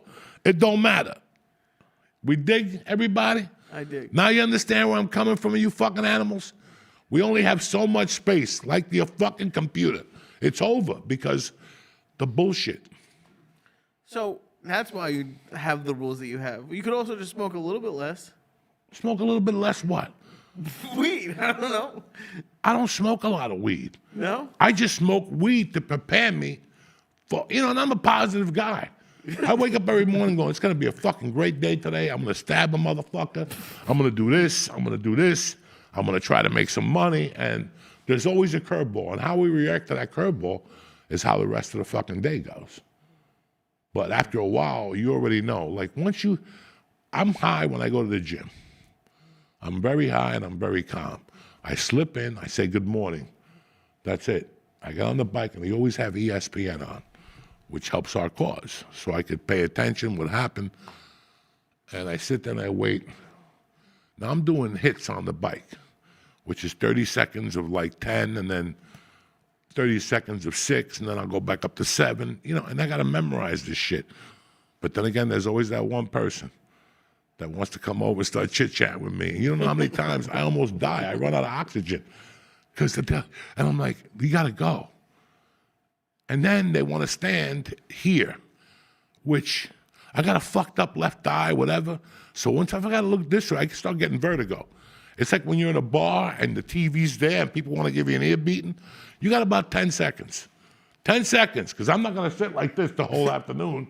Really, your father was a cop. I don't give a fuck. We're at the bar. There's a bunch of women. There's a bunch of people. Everybody's watching a football game. You want to tell me a fucking life story? Now I got to sit like this the whole fucking day. Think about that shit. Nobody thinks about that shit. Yeah, it does piss you off. It's fucking like simple things. So when I go to the gym and right away, like today I went to the gym. Nice gym. I love the people. But there's two people that, they come in and they just say Moana. They're 40 years old. They talked about Moana for a fucking half hour. Doing the thing. Moana 2. We didn't see Moana 1. Are you fucking crazy? Moana? Jews are fighting in Syria. And you're talking about fucking Moana? Are you fucking crazy? It's a chatty gym. They're older. So it's a very, people will stop and talk to each other. They stop. They got like 2 seconds. What's up? And I don't insult them. I just keep working out while they're talking to me. I don't have the time. What do you want to talk about? We're in the fucking gym. I don't know how many times. I don't know if this happened to anybody lately. Have you been to a men's room lately? There's always a jerk off in there on the phone, but on the camera phone. What? Like talking to another jerk off. Like, yeah, I'm here. I'm here at fucking Burger Brothers, and yeah, it's right. Like in the last month, 2 bathrooms I've gone in, there's 2 jerks, and men, not fucking kids, men on a fucking cell phone doing audio. Yeah, I told them that I'll pick them up after the game. Look, get that fucking video off. Somewhere we just went to. Somebody had a fucking, maybe Jersey City, one of those places. I had to look at somebody and go, you got to get the camera out of the bathroom. Was it He was at the urinal with his dick in one hand, with his other fucking hand. I can't do it. Now you want to ask me why I smoke dope? Anyway, listen, it was a fun podcast. We talked a lot of shit. We're high as fuck. And guess what, motherfuckers? The church is back, whether you like it or not. So we're here every fucking Tuesday morning, ready to rock you. Tell them where you at this weekend, Lee. This week, I'm with Josh Wolf in New Jersey, Delaware, Pennsylvania, the 11th through the 14th. Check it out, comedianjoshwolf.com, Newark, New Jersey, Red Bank, Newark, and Wilmington, Delaware, Easton, Pennsylvania. And I'll be at the Stress Factory Wednesday night. It's sold out. Do not go to any of the sites and pay any amount of money more than $30. If you do, you're a fucking momo. And I'd be really upset with you. I want to thank all our sponsors, and I want to thank you guys for giving us another chance on a Tuesday morning. And I want to thank Nikki Pork Chops for bringing some Fioris straight out of Hoboken. They've been there for how long, dog? 80 years? 80 years. Jesus was there. What the fuck have you done lately? I want to thank the head technician, George Kolodinsky, and fucking my brother, Nick McIntosh. Apples. He's Apple. You ever met that guy, Hugh Apples McIntosh? He was a gangster with the Columbos, but he couldn't be made because he was Irish. See, you always learn something good on here. Where would I meet this guy? He died. I don't fucking know. The fuck is wrong with you? I love you, cocksuckers. See you next week. What's happening, you bad motherfuckers? It's Tuesday, December the 3rd.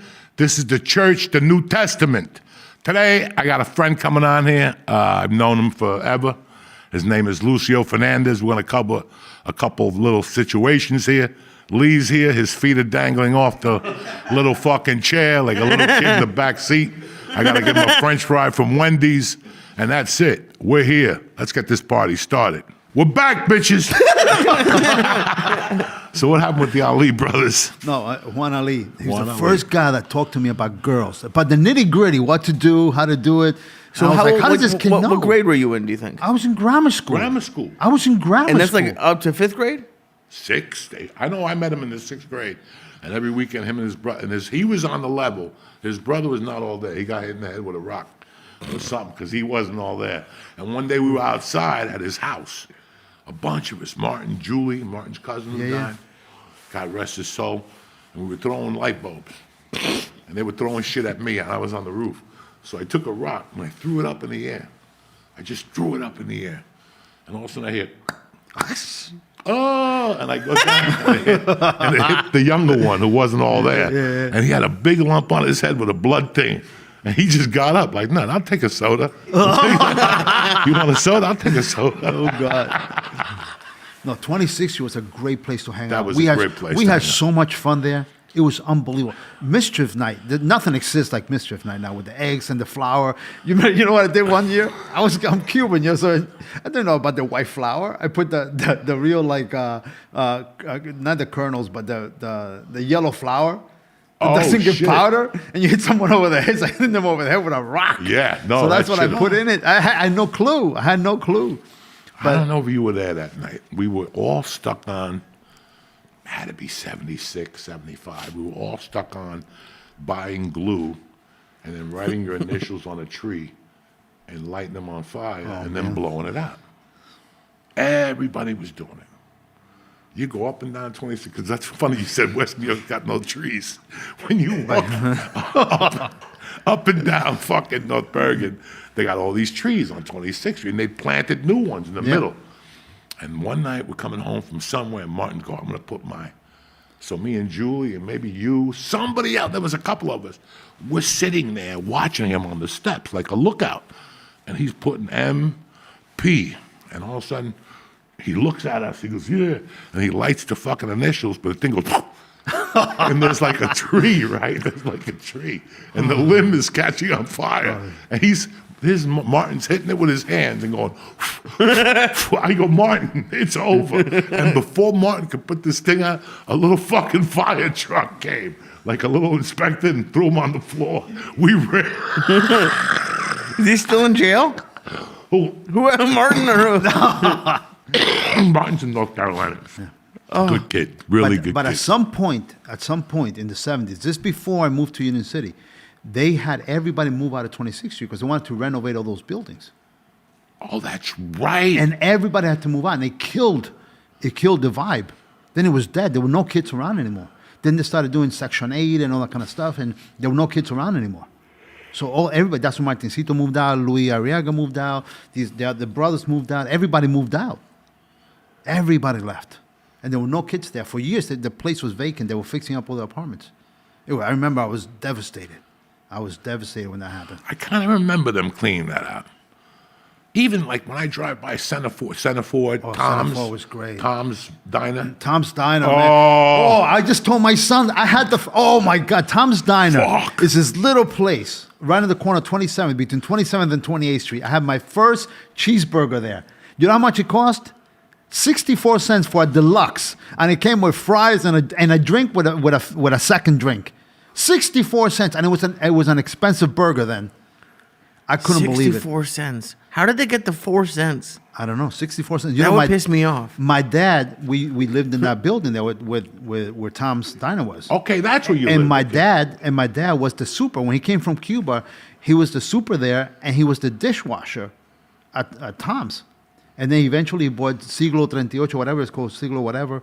And then he started buying, he got the bars and the buildings and stuff like that.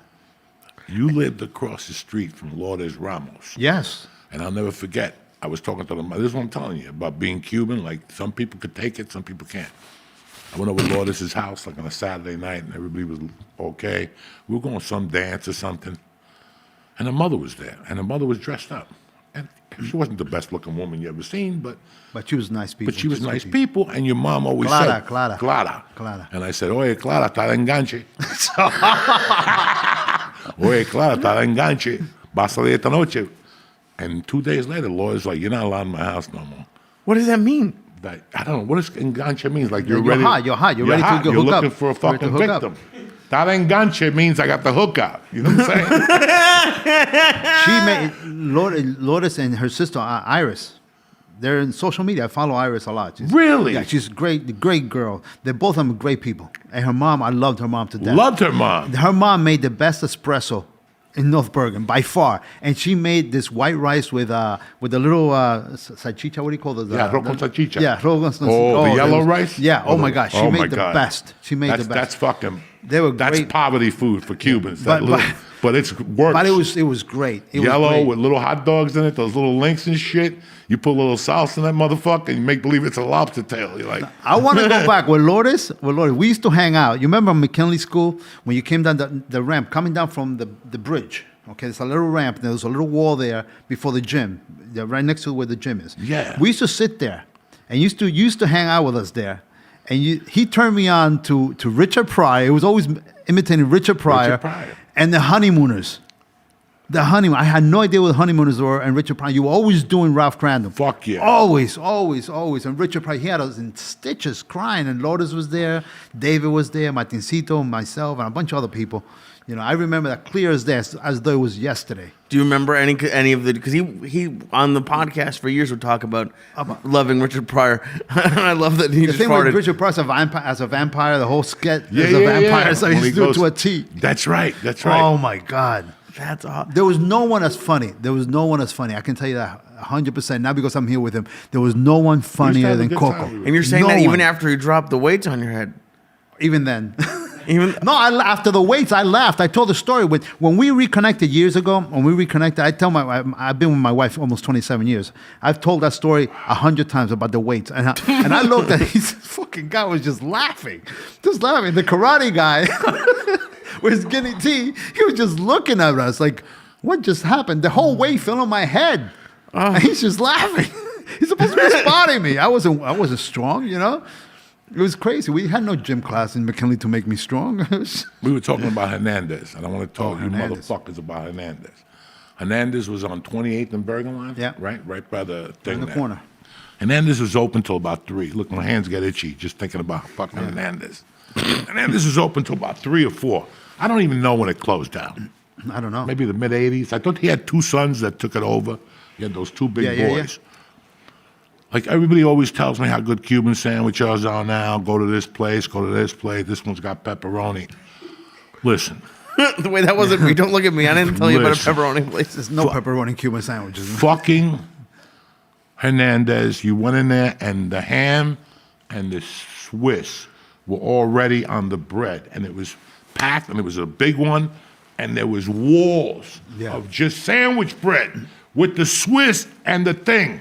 And you come in, you right there, he had a glass in front of him. Yeah. And you go, hey, none, I'm un cubano. And he fucking cut a piece of pork off right in front of you. None of this, for you motherfuckers that want to sell a Cuban camp sandwich with pulled pork, I'll fucking kill you. I'll fucking kill you, okay? There's no pulled pork. None of that fucking bullshit. So, right or wrong, these You're fucking right, you're jerk right, offs. you're right. You had the Cuban. I wouldn't eat your fucking Cuban. You're fucking from Ireland. Why would I, they went, oh, pulled pork. This guy would slice white meat pork.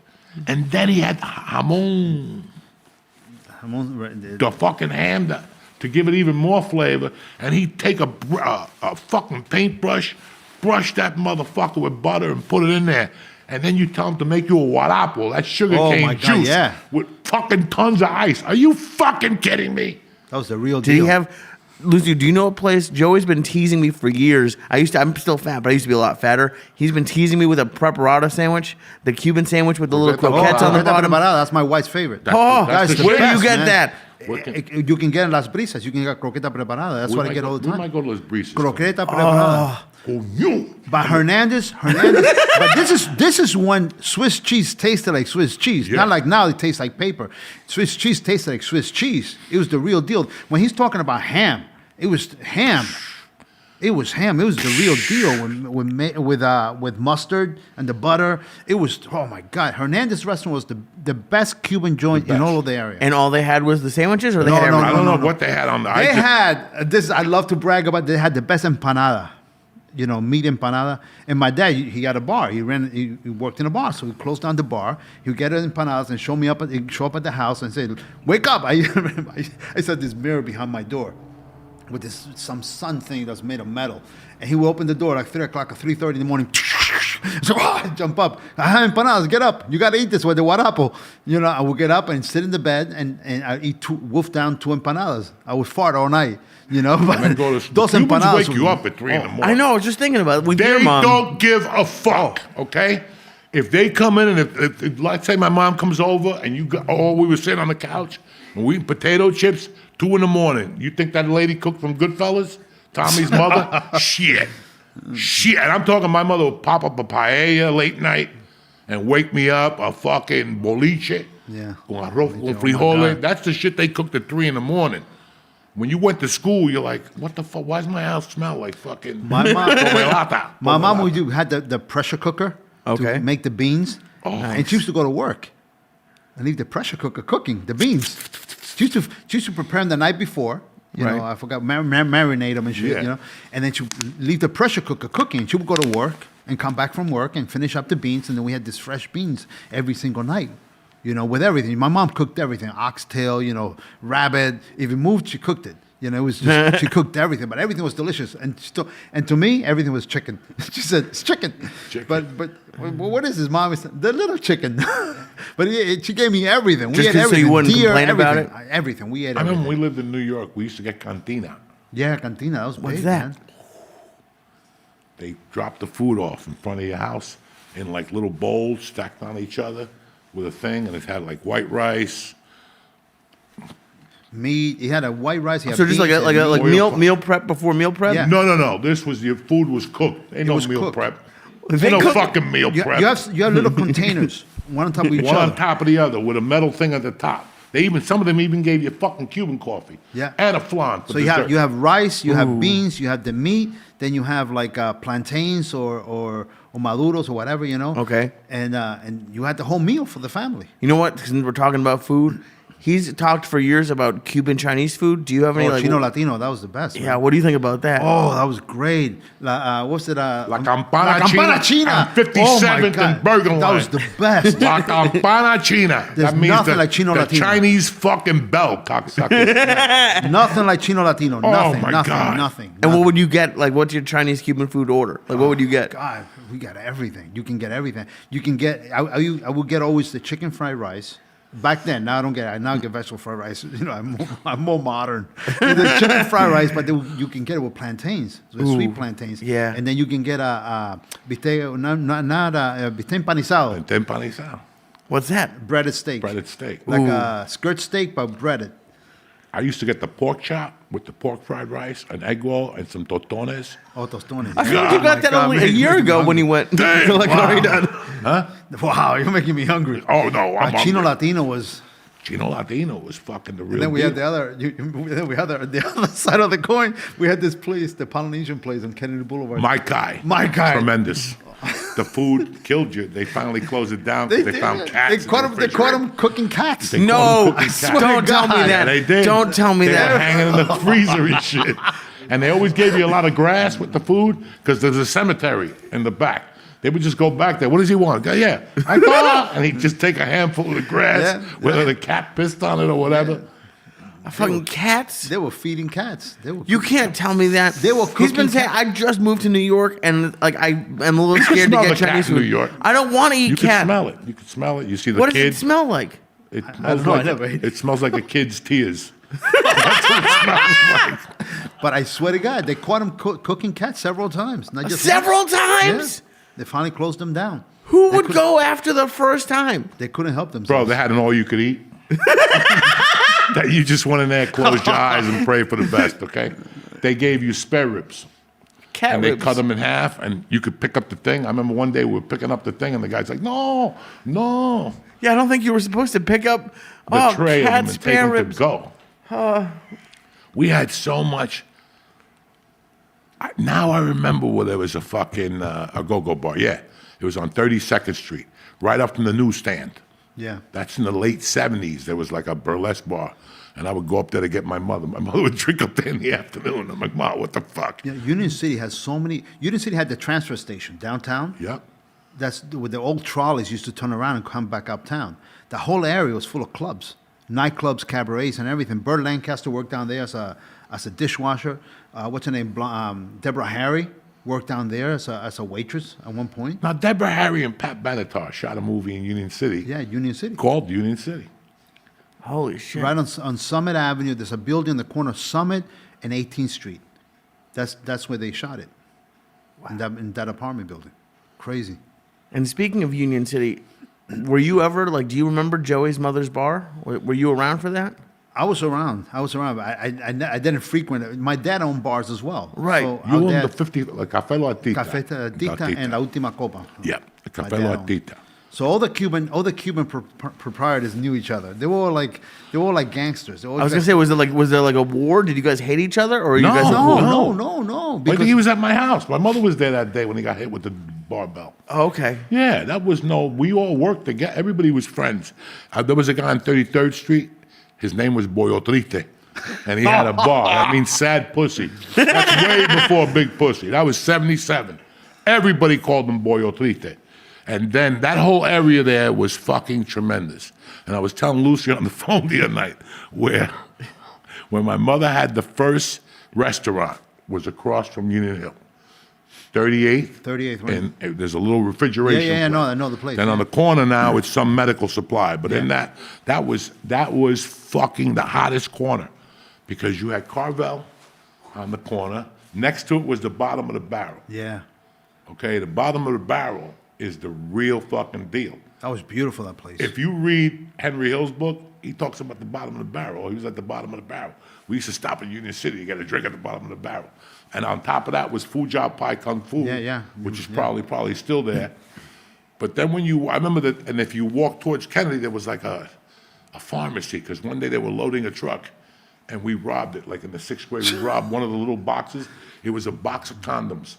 And we didn't know, bro, we were like 10, and we all had condoms. Yeah. Purple condoms and shit. You're like, what are we gonna do with condoms? We tried to sell them. Get out of here with those things. Everybody had a condom in their wallet. They have their no money, wallet. but a condom in their wallet. Nobody used the condom. Nobody used, No, it was just to talk. hysterical. Pa Just meter un to mate. say I have a. Pa meter un mate. Yeah. A mate was when you make out with a chick and shit. Oh my God.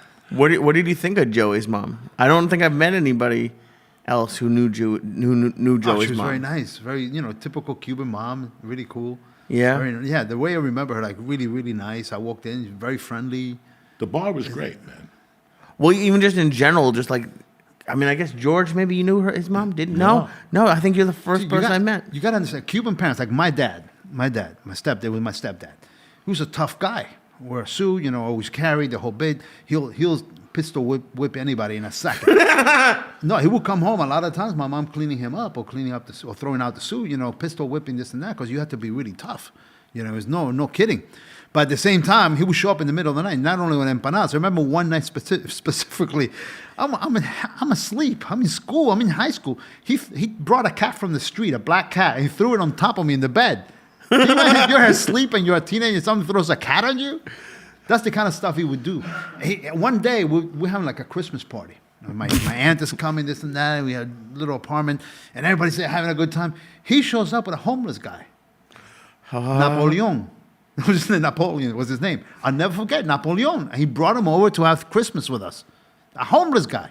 That's the type of guy he was, So they were this tough, outer people, but sweethearts. So when you ask me about Joey's mom, right? She's probably, when she has to be at the bar, she's probably tough as nails. But at home, she was a mom. She was a mom.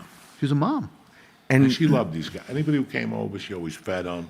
But everybody got There was along. no macaroni and cheese. My mom would give you a brand new steak out of the fucking box. Oh Jack. yeah, you didn't eat like peanut butter and jelly sandwiches No. in those days. You know. Did That's she like stuff. other Cuban kids? Like not more, but like was it like special when a Cuban kid came over? Yes and no. I like No? everybody to come over.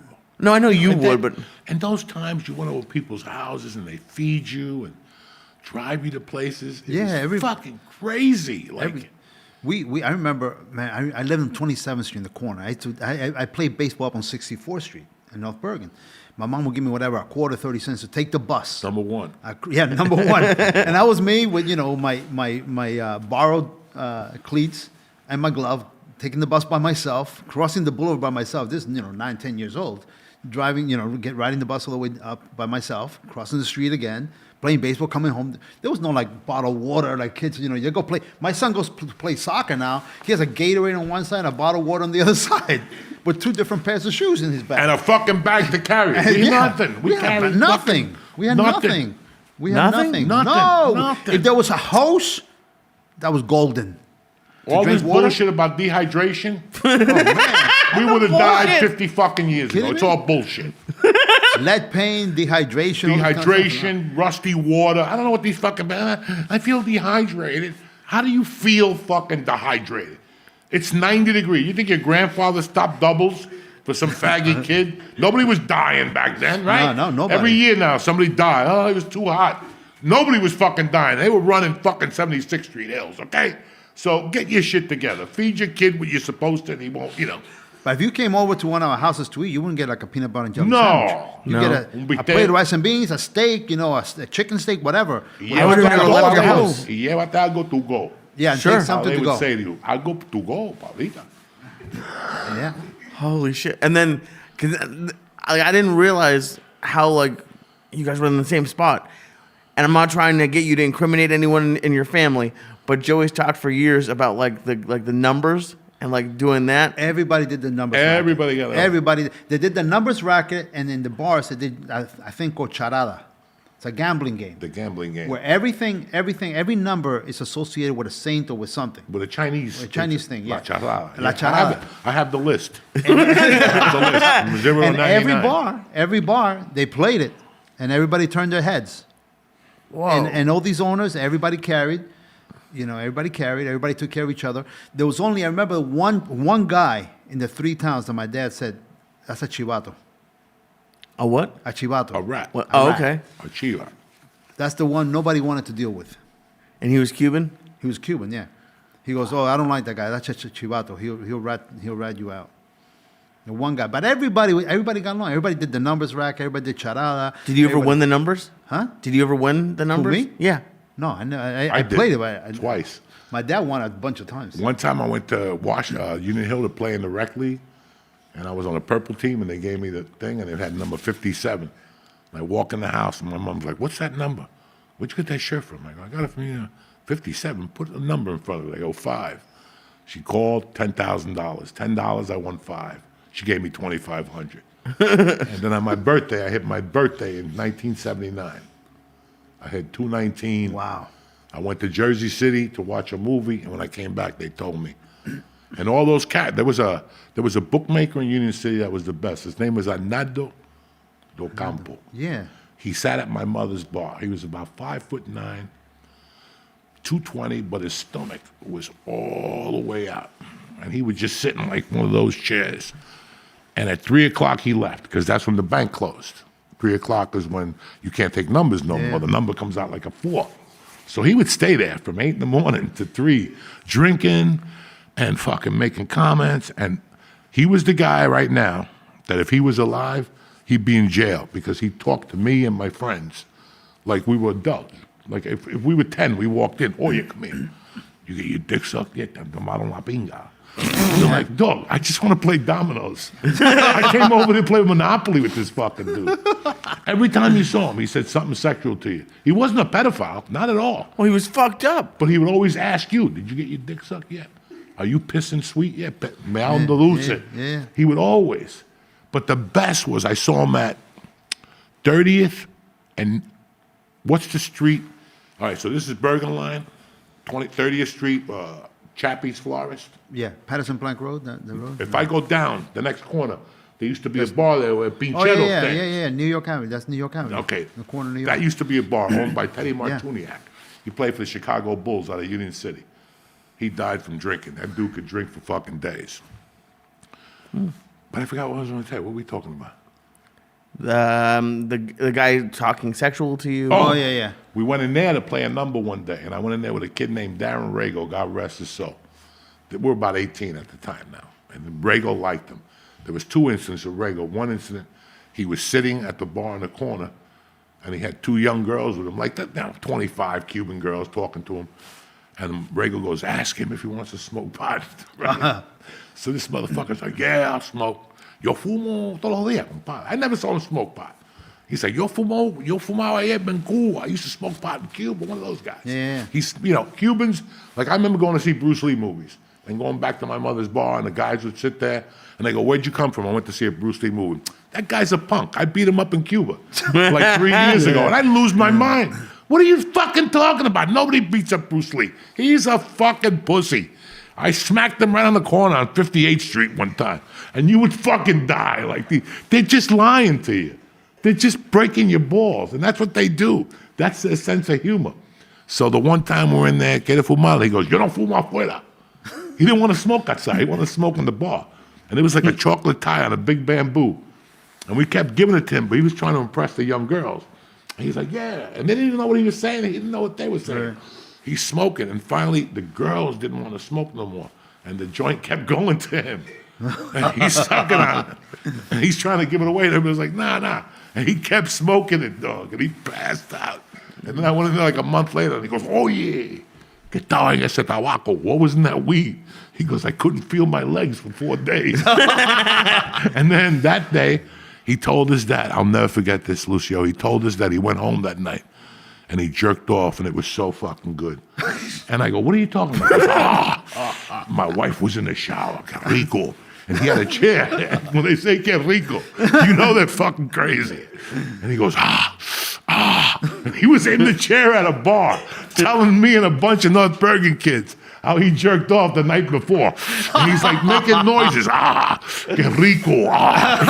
Sí, pónmelo ahí. And when he came, he goes, pa! And he kept going, pa, pa, pa. But his chair kept going back in the bar. He's like, pa, pa, pa. Entonces me quedé dormido. And just went right to sleep. And we're like, It's hysterical. what the fuck is this? And that's the sense of humor. Yeah. I think that Cuban sense of humor helped me later on in life. That little quick thinking, like those fucking Cubans, just, I remember there used to be a fat lady that lived across the street from my house in North Bergen. Later on, before my mother died, she was a flat black Cuban lady. Right. And whenever my mother would cook, she would come over. And my mother would be watching the Yankee game, and the black chick would go in the kitchen, and my mother would go, oh yeah, gorda. Hey, fat fuck. Oh my God. Get your fingers out of the pot. I could feel them from here. Like they just have a weird sense of fucking humor, Yeah. man. That little twist on things, they have no filter. No filter. That's me. No filter. They don't give a fuck. And when they say something, they say it loud. They don't. My son, we're having dinner, and he says to me, he turns around, and says, how come every time you talk to a Cuban, you talk so loud? I said, I don't talk loud. Yeah, every time, I know when you're talking to someone Cuban, because your decibel level is like 1,000 times higher. I don't know why. I don't know why we do that. It's the house. So when you quit acting, when you said that's it, what did you decide to do? No, what happened was it was a segue. I had gone off my tour. I did the 40th anniversary revival of West Side Story. It was supposed to come to Broadway. We went to L.A. Cheetah Rivera came out. All the old West Side Story people came to see us, and we were supposed to come to Broadway after L.A. They decided to close down the company because they said, well, we made our money back after the first month. We sold out everywhere. Made a lot of money. So we were out on tour for 2 years. So they were making profit. We were using this old set from a previous production, So they said, well, we have all these, equity guys here making all this money, making residuals on the commercials. Let's just close down the tour and take it out non-union, which they did. So now we were making X amount of dollars, and they get a small percentage of that, They can give them old costumes because if you're an equity member, you have to get all new costumes, all custom made shoes, custom made everything. But the non-union guys don't get any of Get that. dick. They get nothing. They travel by bus. No days off. Well, we had to have one, golden day to rest and all that kind of stuff. The commercials. So we were making not only with $2,000 a week back then, and I'm talking about the early '90s, $2,000 a week plus per diem, plus you're making the residuals on the commercial. So you're doing okay for a young guy, single, whatever. So I get off the tour. They closed down the tour because they wanted to go non-union so they can make more money. So I get off the tour, and I go do something at Westbury Music Fair, and at the Palace Theater. And I met my wife. I got off the tour 2 days later. I met my wife, and I said, "Man, this girl is beautiful. American girl, blue eyes, blonde, gorgeous." I said, "Oh my God, she was stacked." I said, "This girl." So I'm over there. My agent calls me up. They want you to go back out on tour West Side for another year, and Chorus Line wants you to go out on tour with Chorus Line. Mitzi Hamilton was the choreographer. I said, "I'm done. I can't go out on tour. I'm done. I'm staying home." So I stayed home. And that's when I started working at Spanish Rep, and I was still signed with Internet ICM for commercials and stuff. So I was doing the commercials, trying to do the soaps, and I started working at Spanish Rep, and I stayed with my wife. So what happened was I started writing, I had a newspaper, and I had a local TV show with a friend of mine that worked at ABC, because I was working on All My Children as an orderly, and this guy was a stage manager on ABC and an assistant director on the news program back then. So he had a local TV show, so I got involved with him. And we talk about politics. I knew nothing about politics. I just had to know. I was very opinionated, and I had a newspaper. I started a newspaper. I was writing all kinds of opinions. I meet Brian Stack, and we hit it off. And I started helping him out, doing events and stuff like that, because I was good at coordinating events. And then he asked me if I wanted to come in. At first, I was like, "Nah, I'm an actor. I'm not a government guy." And he goes, "No, I really want you to come in." We became friends. And he brought me in. I was the first director he brought in. And the rest is history. I've been there for, 24 years? And you're the entertainment director? No, I'm a commissioner. I Okay. came in as a director over at Department of Public Affairs, which ran 6 departments. I came in as that. And then 3 years later, he asked me to be a commissioner, to run the commission. It's a commission form of government. We have 5 commissioners. Right. Everybody votes for the commissioners, and then between us, we choose who the mayor is going to be. But we always know who the mayor is, Brian, And he asked me to be a commissioner. He goes, "Everybody likes you. You get along with everybody, whatever." And so I came in as a commissioner. I was bilingual. I knew the town. I grew up in town. I loved the town, all that kind of stuff, And I became a commissioner. Slowly, I started giving up acting and producing more documentaries, short films, and stuff like that. And then that's how eventually I just gave up acting. And my wife said to me, "I'm still a SAG member. I pay my dues. You pay your I dues. pay my dues today. I paid them late. I was supposed to pay them in the spring. I paid the spring and the fall now." So she's complained to me, goes, "You have to pay whatever $30-something, fee for being late or whatever for $60." I said, "No, I just pay for it just in case one day I want to do something, because you never know." You never know. No, they call you all the time. So I segued into what I do now, which I love. I love what I do. It's a great town. I love the town. I love working with Brian. And I love my fellow commissioners are great people. The town looks fucking good. No matter what you say about Union City, if you go back, and people can say, "Oh, Union City was this, was that," it was great. Union City, growing up in Union City was great. We had a mix of people. I loved the people. I loved that I came from there. But man, the things that Brian's done with all the new schools, the new roads, the new parks, no matter what you say, it's there. You can see it. That beautiful high school with the stadium on top, you see the progress. So no matter what you say, if you go back, none of that existed. Bro, I went to that Obama school. You sent me that day To get my shot. Yeah. You sent me down to Obama's on 16th No, Street. that was Colin Powell. Colin Powell. Colin Powell. Fucking beautiful. Yeah, it's a beautiful school. And that area down there, I mean, listen, I'm sad that St. Michael's is gone. Yeah. Holy Rosary's gone. I mean, we grew up on that Yeah. shit. Well, the girls in Holy Rosary. Oh. The most beautiful girls in town were from Holy Rosary. Oh, my God. And a lot of them, a couple of them from North Bergen. I Yeah. still talk to one of them that went God. to Holy Rosary. The most beautiful girls came from Holy Rosary. Bunch of, I used to date an Irish redheaded girl in Union City. I was in love, Jack. I was in love. And we used to hold hands and go get pizza on New York Avenue at that pizza place. And, oh, my God. But I still remember going to fucking judo class on 7th Street. I still remember Syatt San Antonio was the best. That's why I went to see all the karate films. Yeah, all the Bruce Lee could- films. It was, oh my god! It was English films with Spanish subtitles, or the other way around. No, they did everything there. They did everything, and the owner had a wig. They did That's what I everything. remember as a kid. Yeah.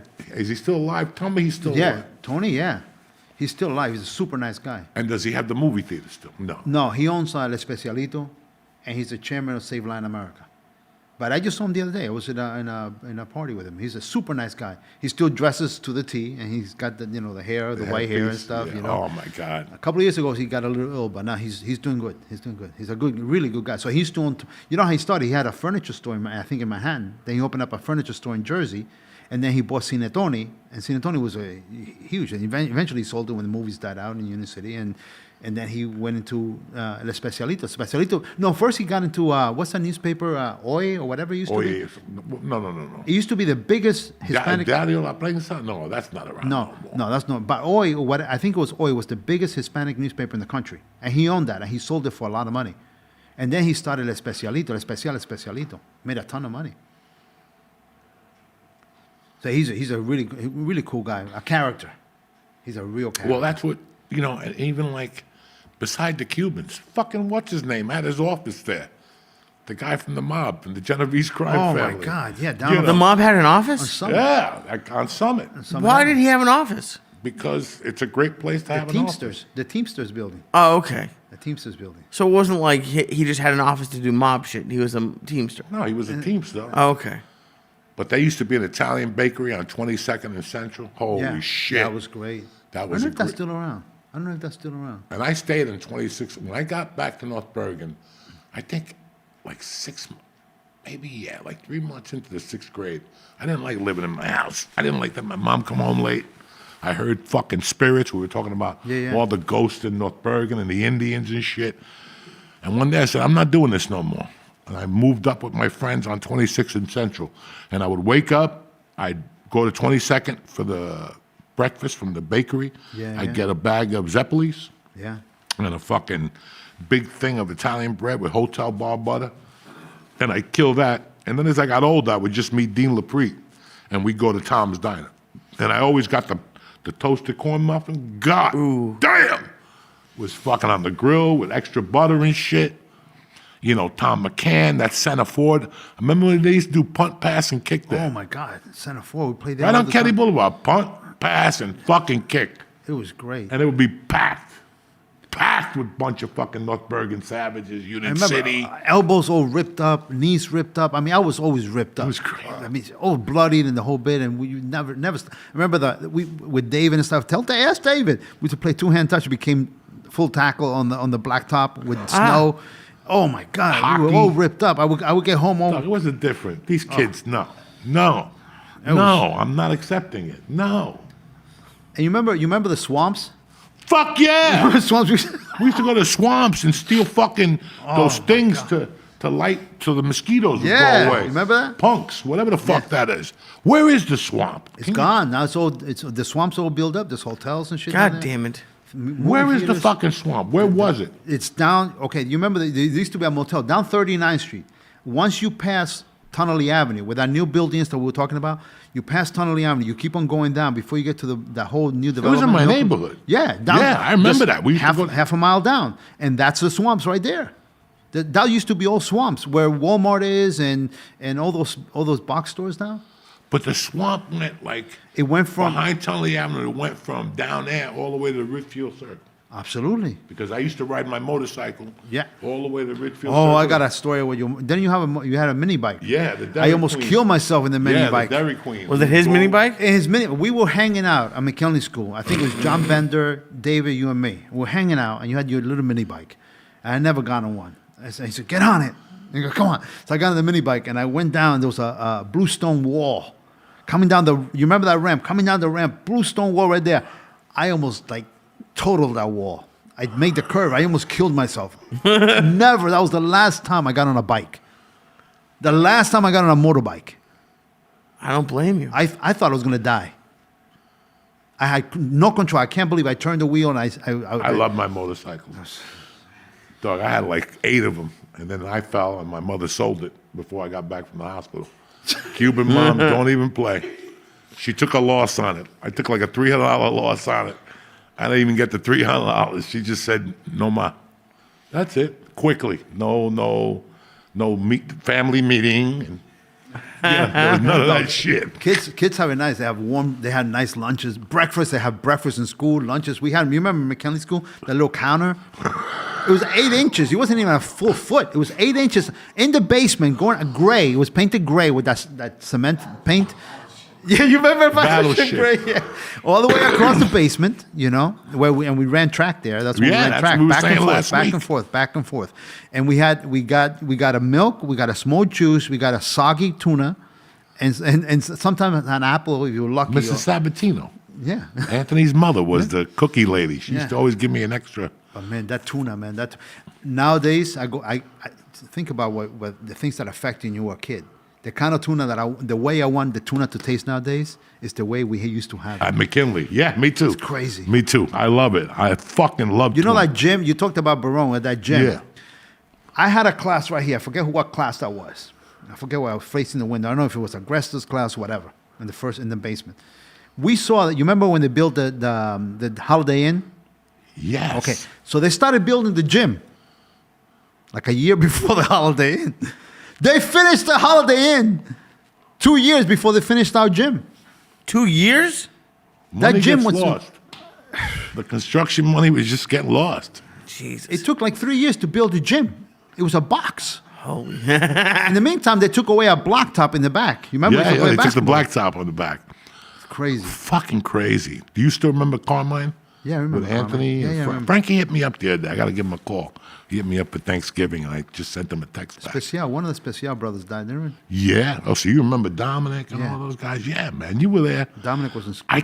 I've been trying to think, like, when the last time I saw you was. Like, McKinley, because after McKinley, a lot of kids disappeared. A lot of kids, just Martin. And then I bumped into Martin Perez 30 years later at the Miami Improv. Yeah. He came to see me. Goes, you remember me? I go, I never forgot you. I hung out with his uncle. Yeah, he was a nice guy, man. Oh, Martin was a fucking great guy. We're friends on Facebook, whatever. Somehow we reconnected. David, I haven't seen him forever. He called me at one point in my office, and I don't know. I never called him back. I got to call him. He's a good guy. He called David's me a the other good- day. He's back in town this week. David's a good guy. He's a good guy. But All those Tecito's a nice guys guy. are still fucking very decent, man. But Special, all those guys were really cool. We were lucky, man. We're very, and listen, when you tell these stories to people, they look at you and they go, he comes from a land that didn't exist. And I just moved back. I went to North Bergen a couple times. I looked around. It's my hometown. It's where I grew up. But that thing we had there is lost. And that's when I said to him, it wasn't North Bergen. It was a state of time. It was a state of mind. It was a state of mind for, all those teams were great then. Union Hill had a great football team and fucking basketball team. And Memorial always had something going on. There was always what do you call those things? A rivalry. Yeah. I mean, we didn't beat each other up like college football this week, but there was always a rivalry, and it was just different. Now, some of these systems don't even have programs, though. No, but kids don't play in the street anymore. In the corner of 27th Street where I grew up, that little corner, but where Lourdes Ramos lived. Oh my and God, that Iris. was pop. That was you, Arias. Yeah. Yeah, Mario. Arias, Pancho. Pancho. Man. What a great guy, Pancho. A bunch of us were there. I grew up on 38, but if there's a party on 26, that's where I'm going, Jack. Even Pancho's a before great guy. parties, we weren't drinking or nothing then.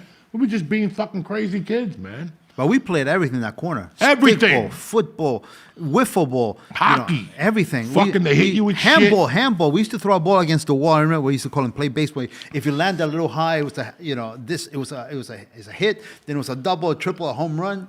We hit against the wall where the liquor store was. Hit on that wall, and then David's window was right here. And sometimes his window, his mom used to open. What's his Elvira? Elvira was his mom's name. Elvira. And Benny, his dad. His sister Mimi. I've spoken to her a couple of times. Mimi. Okay. Where's Mimi live? In Florida, I think. Florida. Yeah, they all went to Florida. Yeah, they're great people. It's crazy. A lot of kids we grew up with just tapped out and went to Florida. Yeah. And it's crazy. Whenever I go to perform in Miami or Fort Lauderdale, I always see somebody that I haven't seen. Like, they'll come up and go, you remember me from Union City? I'm like, fuck no. But holy shit. You have a great memory. You have a great memory. No, I do. You remember everything. I but can't there's remember. some people, listen, faces. Like when you yeah. come to me and say, hey, do you know Joey Chipotle? I know the name, but I got to see the face. I Yeah, haven't yeah, seen yeah. the face in so fucking long that, I've forgotten a lot of people. You remember Ralph Carey?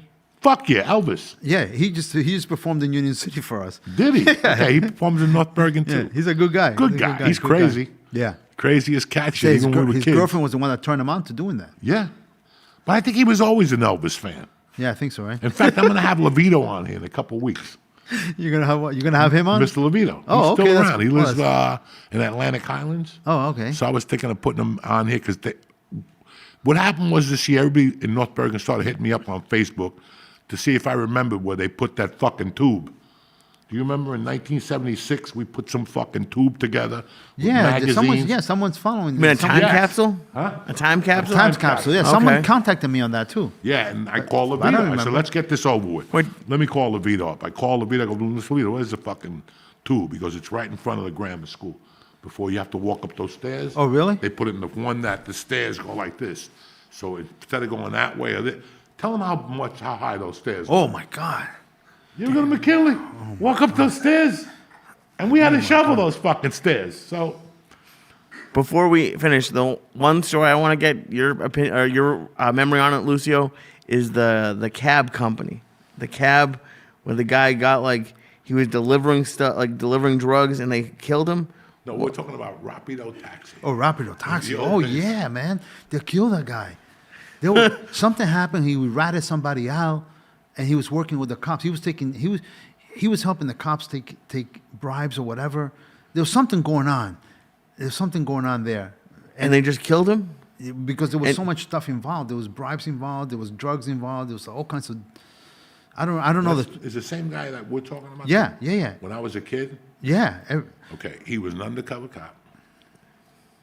He was an undercover cop, but he made a mistake. He went after the Cubans. He tried to shake them down without authorization. Right. And he started busting his balls, and he started getting a little crazy, and I guess he went to collect at Rapido Taxi one night, and they just fucking drilled him. But the guy that was in the passenger seat, he's still alive. Oh, really? And he tells a story that he couldn't get out of his seat. The bullets missed him. Wow. The bullets missed him. But I still remember going to McKinley and them acting weird. And then me getting home from McKinley and running up to my mother's bar. And I walk in and there's 30 fucking Cubans. Salud! The motherfucker's gone. And I'm like, oh, fuck. No, that's what I'm saying about Archivato. You got people stuck together. to kill an undercover cop. In Hudson Avenue, there used to be a bar. There used to be a bar in almost every corner. Yes or no? Yes. Almost every corner. El And everybody knew Brindis, each other. Café Yeah. Latita, fucking the one on the corner, on the other side of the corner. In fact, I saw something on YouTube the other day about that area, 57th and Hudson, with, I don't know if you remember Nico. Yeah. Jose told me Yeah. they were talking about him and the whole fucking deal.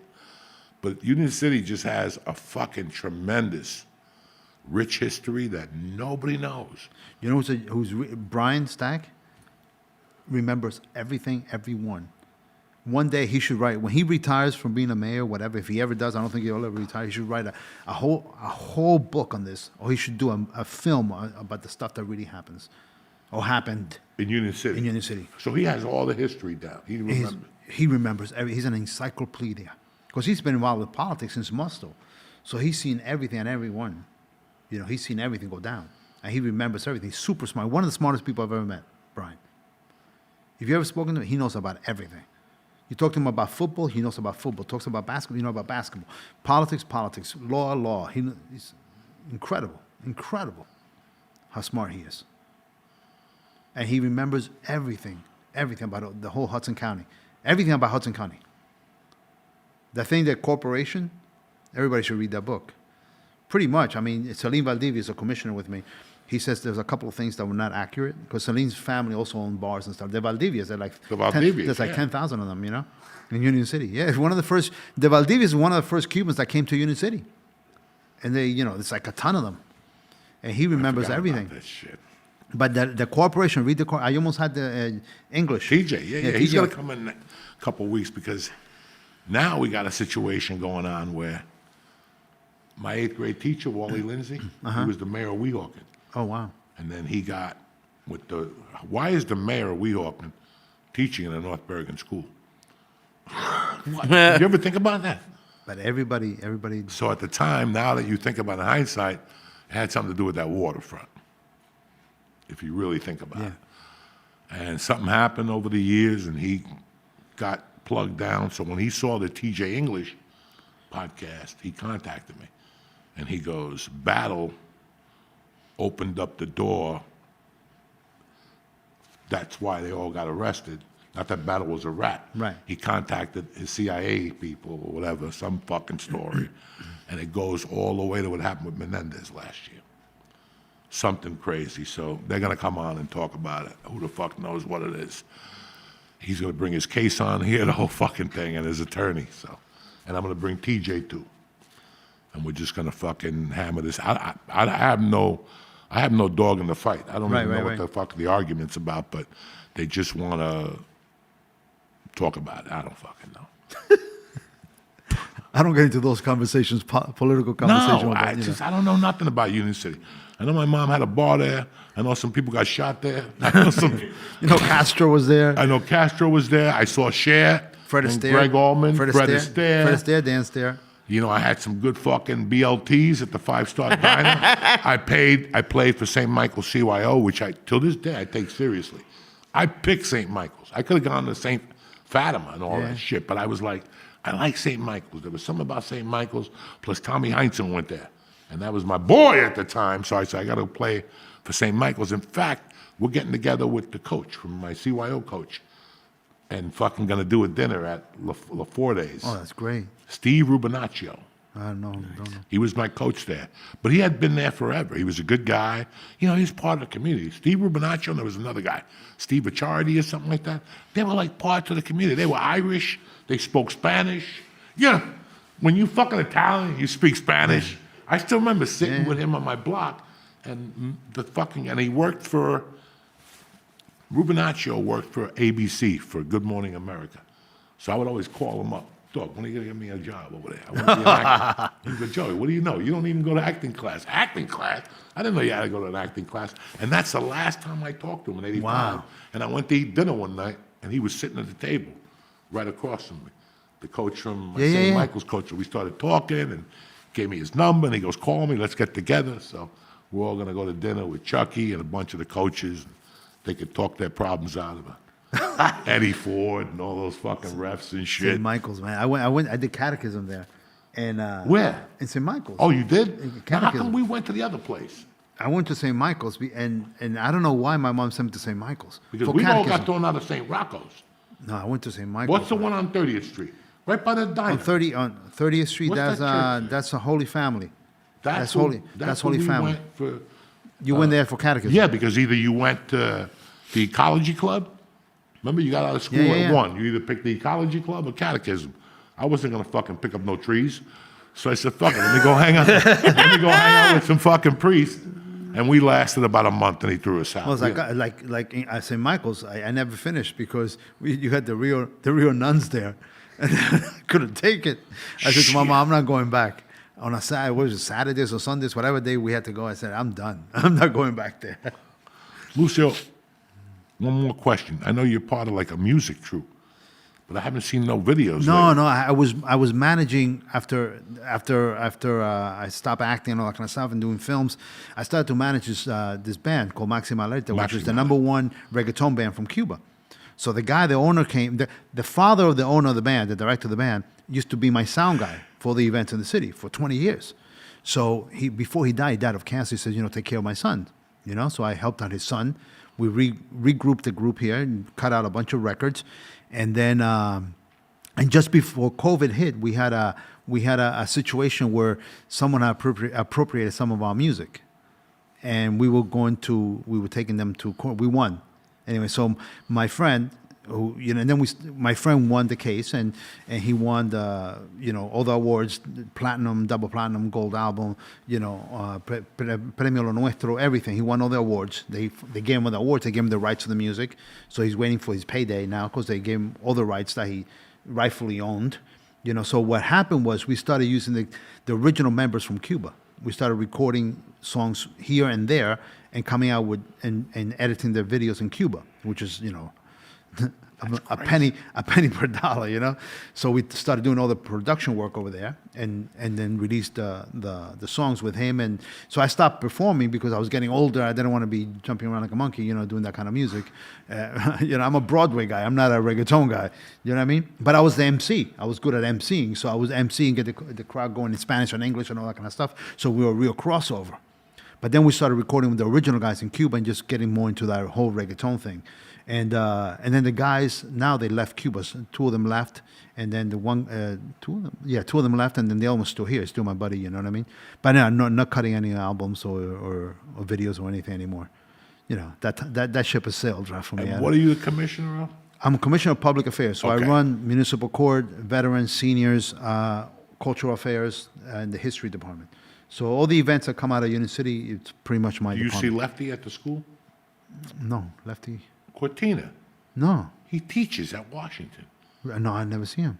Go to Washington. He's there. I gotta look for Is it him. Washington on 30-something? 38, that's Washington School. That's Washington. He Oh, teaches wow. at Washington. Oh, look at that. Look at that. Lucio, Bas- it was really good to fucking Nah, it's see great you. seeing you, man. It's great What were being you here. going to say? I'm sorry. No, that's it. It was great seeing you. It's great being here. You sure? Absolutely. You don't have to say anything? No, I'm not saying anything. Lee will, smack me inside my head. Great to He's a meet good you, dude, Lucio. man. You have any questions for Lucio, cocksucker? I'm still getting over a lot of shit. Mainly the guy who jumped in front of cars for a living and then he jumped in front of the wrong car. That's fucked up. Dog, we had a guy. What was the guy that we were robbing trains and he jumped off the train and he got caught in his arm and he lost an arm? Yeah, who Dibby's was that? I friend. remember that. Yeah, and he used to be a cab driver in the city. So if you ever get in the cab with a one-armed dude, he's from North Bergen, dog. You had no idea the stuff that we The did. stuff. You had it was no fucking idea. insane at that. No idea. When I first moved to North Bergen, it was scary.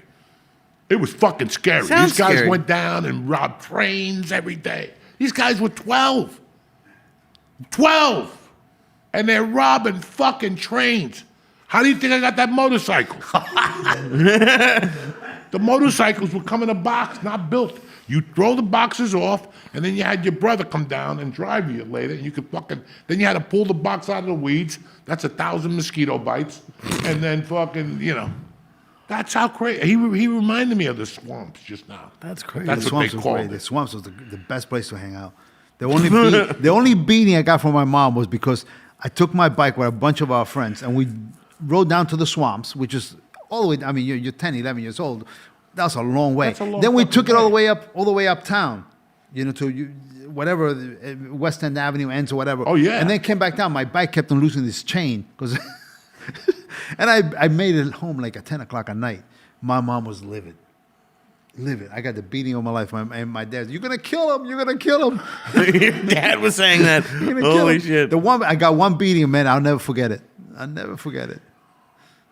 Lucio, it was a real pleasure. I'm happy you came on Same here, to man. give the Union City some love because, like I said, I'm from North Bergen, but man, I got a lot of. My dad died in Union City. We had the bar for 20 years. They never signed my dad's death certificate. We'll have to talk about that, those motherfuckers. I never collected my insurance from Prudential. It's probably worth $10 million now. Yeah, probably.